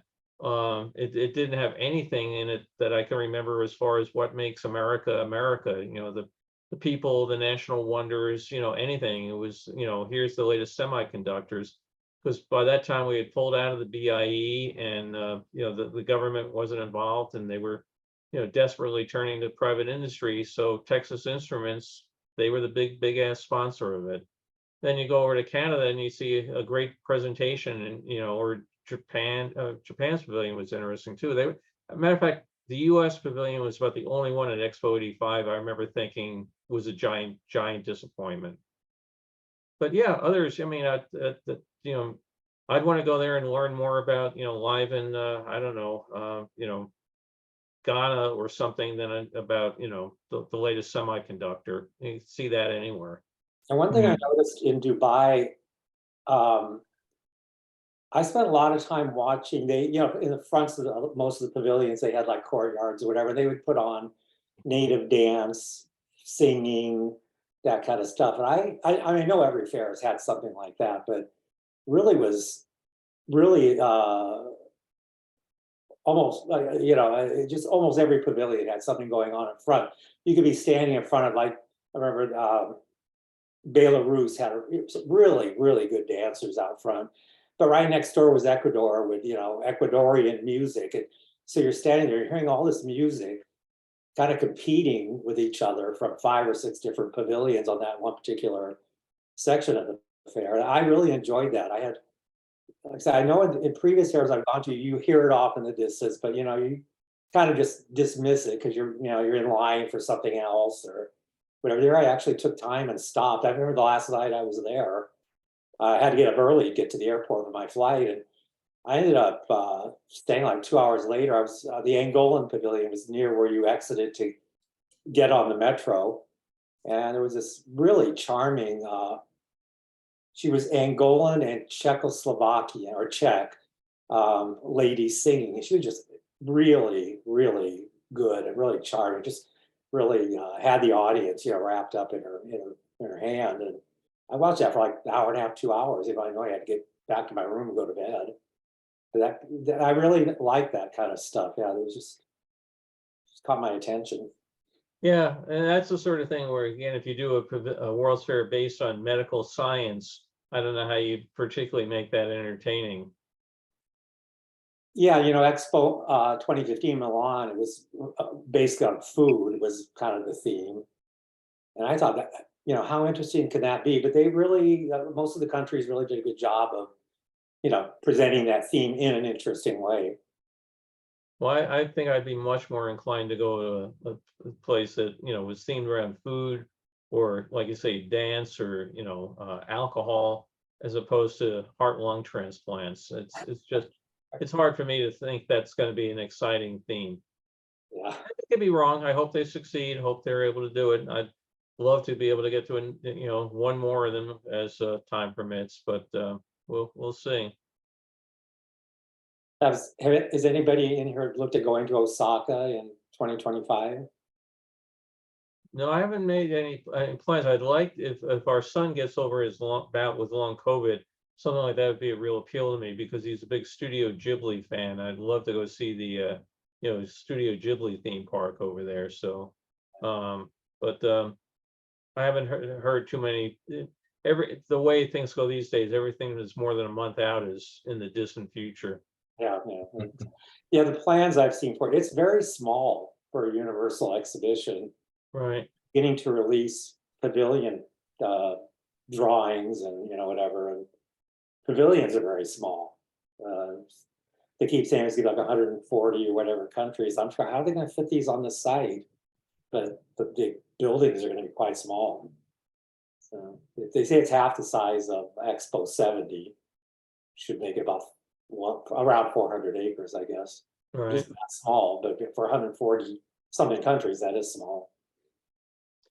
Yeah, well, save up your airline pass and you can go check it out. Yeah, I may or may not. I would love to go back to the Expo 70 site, because I understand that the museum there, which is in the former steel pavilion, is pretty impressive.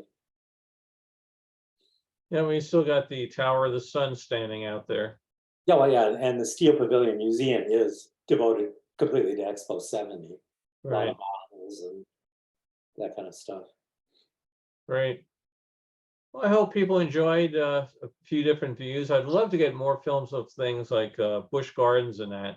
And, you start trying to figure out, on some things they just never show up, certain World's Fairs and that, like, if you go online and you look, the 64 World's Fair, there's always a film for sale on eBay. Now, whether or not you want to afford it or pay the prices or anything, there's always a Disneyland film out there.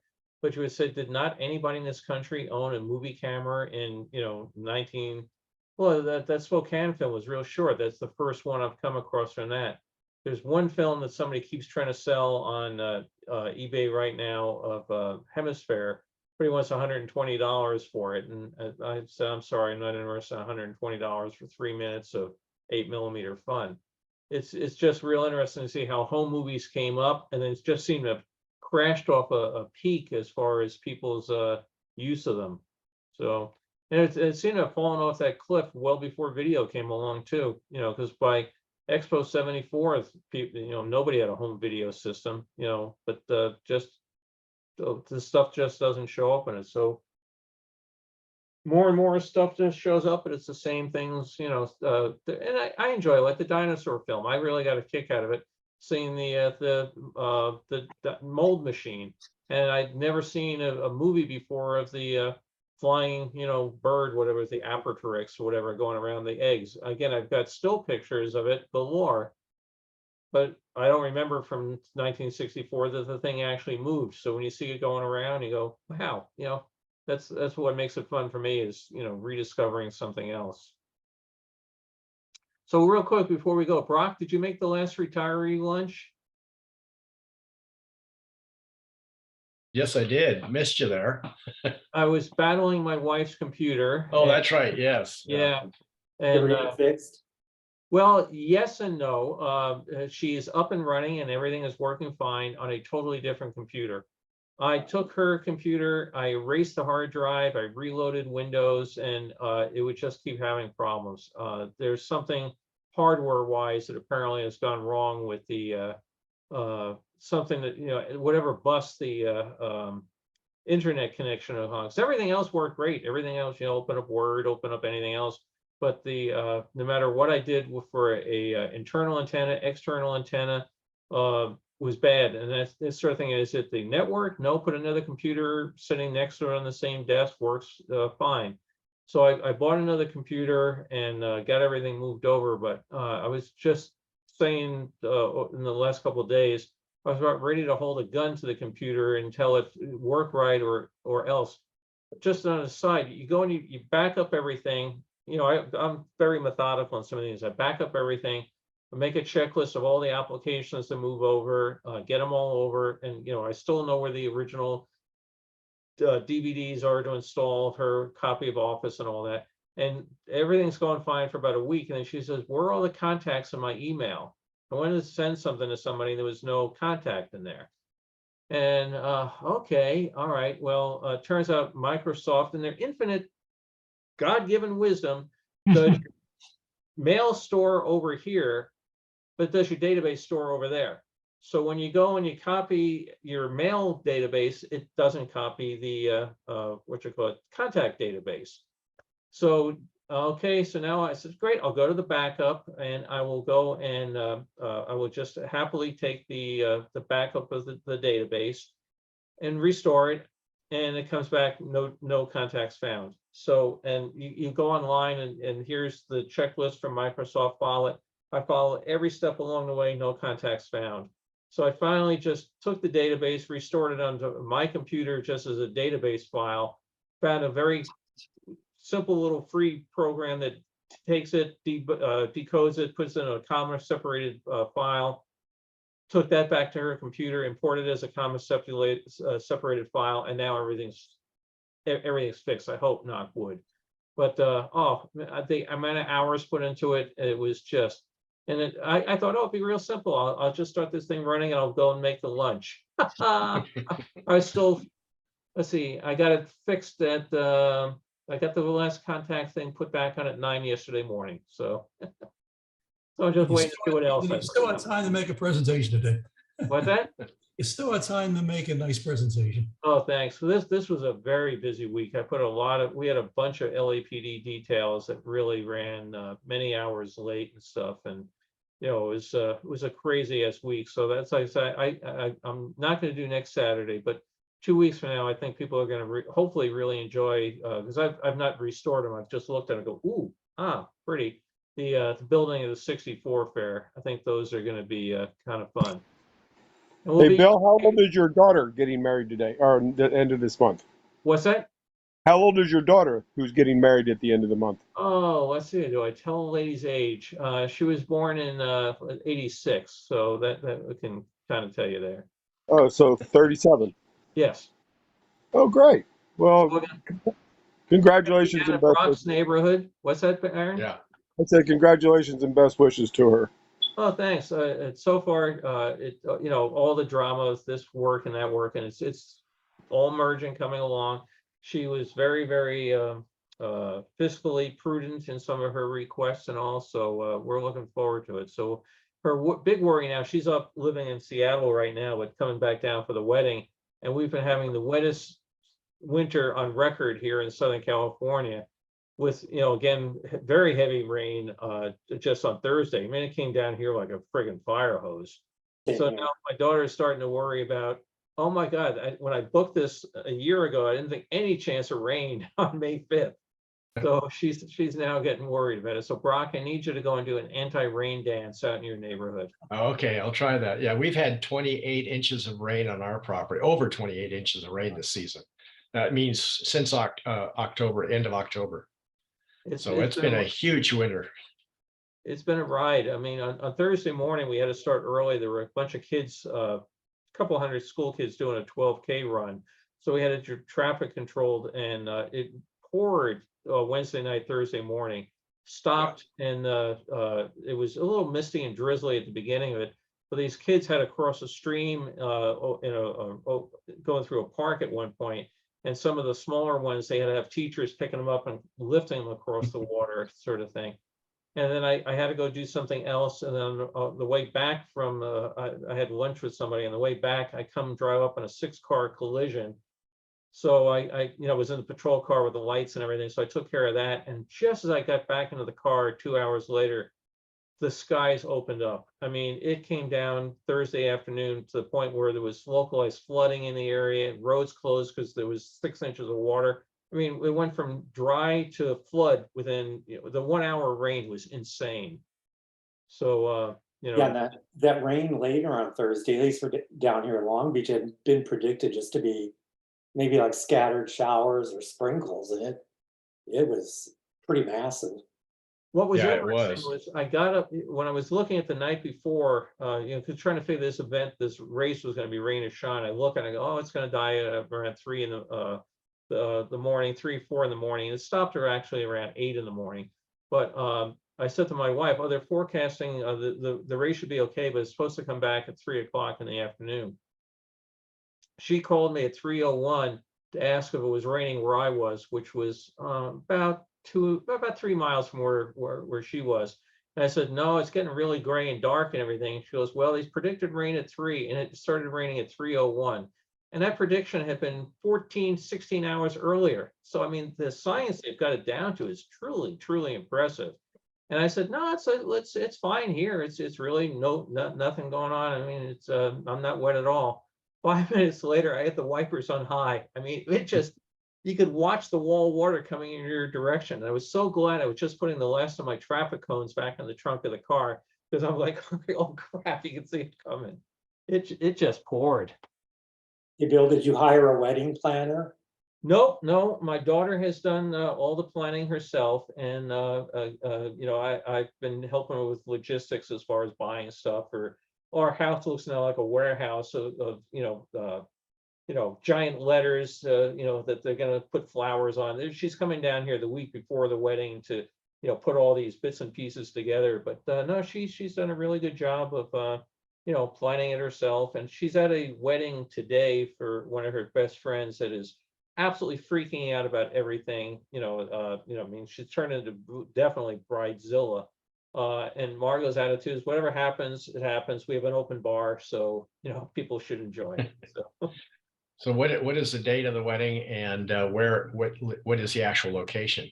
May 5th, it's in Murrieta. I forget the name of the place. I'll have to find it. It's probably not far from you at all. If you want to swing by, come on by, have a beer.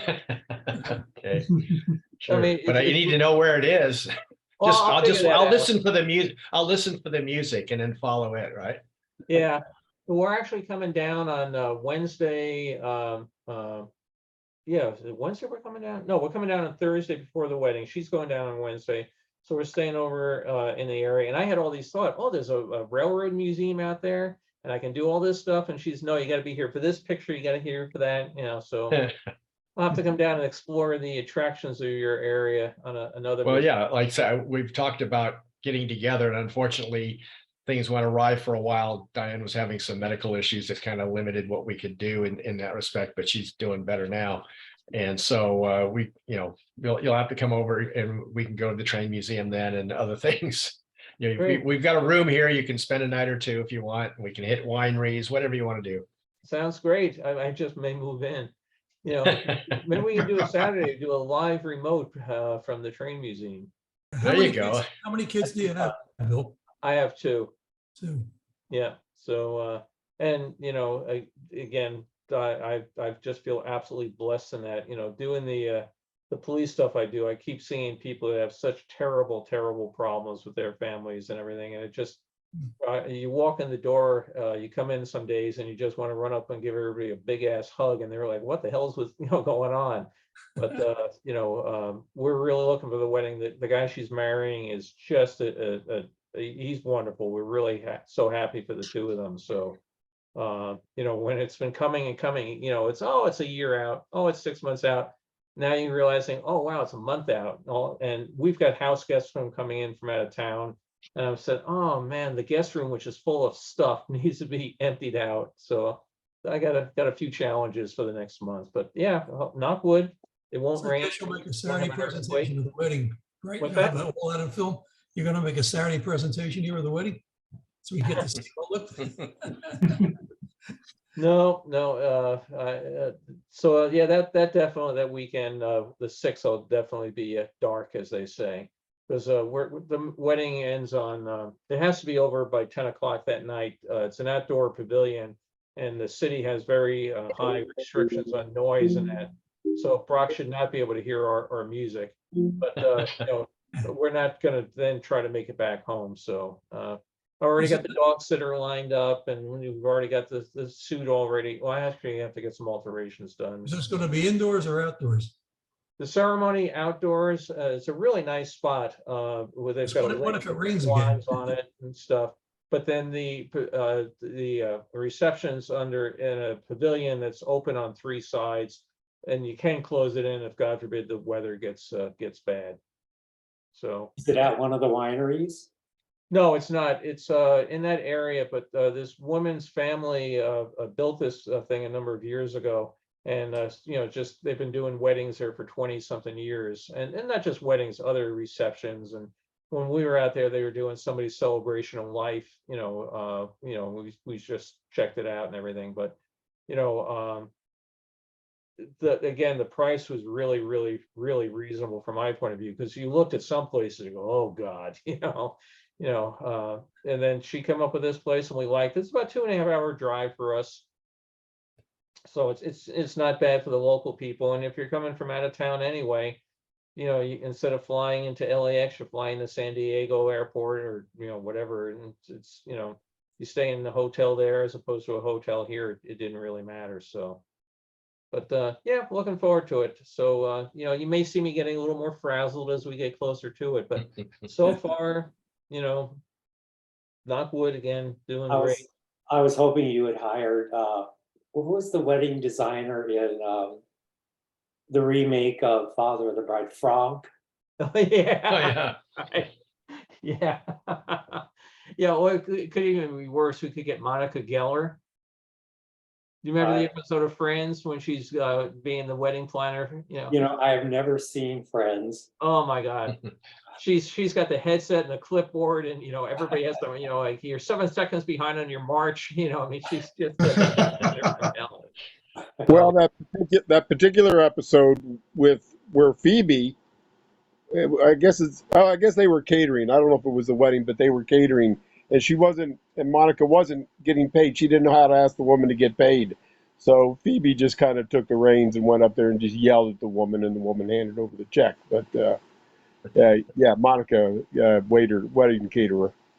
Yeah, and a different one. She's the wedding planner for Ross's and whatever her name is wedding, and you know, it's just like she had it planned better than the D-Day invasion. Well, great. I'll see you folks in 2 weeks. Again, I hope everybody does well with all the weather crap that's hitting around the country. It's scary to see how many places are discovering what tornadoes can do, that sort of stuff. So I wish everybody well, and hope to see you. I'll try to see you next Thursday, Tom. I had to jump out on Tom and I are part of a Zoom chat every Thursday as well. So it's and you got hungry. yeah, we were on this talk, and these guys started talking about all the steak restaurants at Walt Disney World, and it's coming up to my dinner time, and I'm getting hungry, and they're talking about the relative values of this steak restaurant, the steak, the presentation at this one, the ambience of that one, but the savory, tasty steak. Now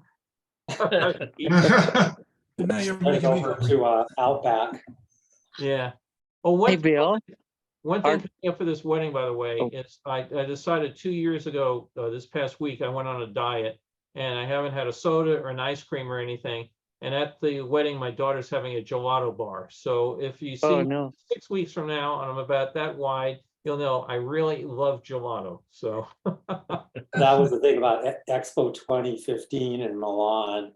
There were gelato stands all over the place, and every time we left, get on the metro to go back to our hotel, there was one right next to the metro station, and it was like a tractor beam. It just like, we try to walk on the other side of the street. Next thing we know, we'd be walking across the street through traffic to the gelato stand. It's like when you think of Italy, right? You think of gelato, ciao, and you know, the Vespa scooters and model runways and things like that. But yeah, gelato's first. Well, we had the same thing when we were in Mallorca visiting our son when he was going to school there, and there was, you know, gelato here and there, and you know, like I'd be looking for a parking spot, and they was like, you parked in front of a gelato stand. It was accidental, honestly, but as long as we're here. And it was so cheap too. It was amazingly cheap. You know, it was okay. You know, and it was try to park somewhere in Canada where there isn't a donut shop. Well, so Bill, my daughter got married. You know, I mean, it's a few years back now, but people came and said it was the best wedding they'd ever been to in their lives, and it started off. She said, "I'm gonna get a dress. I'm not gonna," you know, and all this stuff. And I said, "Erica, you are gonna get a dress. You are gonna have a preacher. You are, you know, all these things, you know."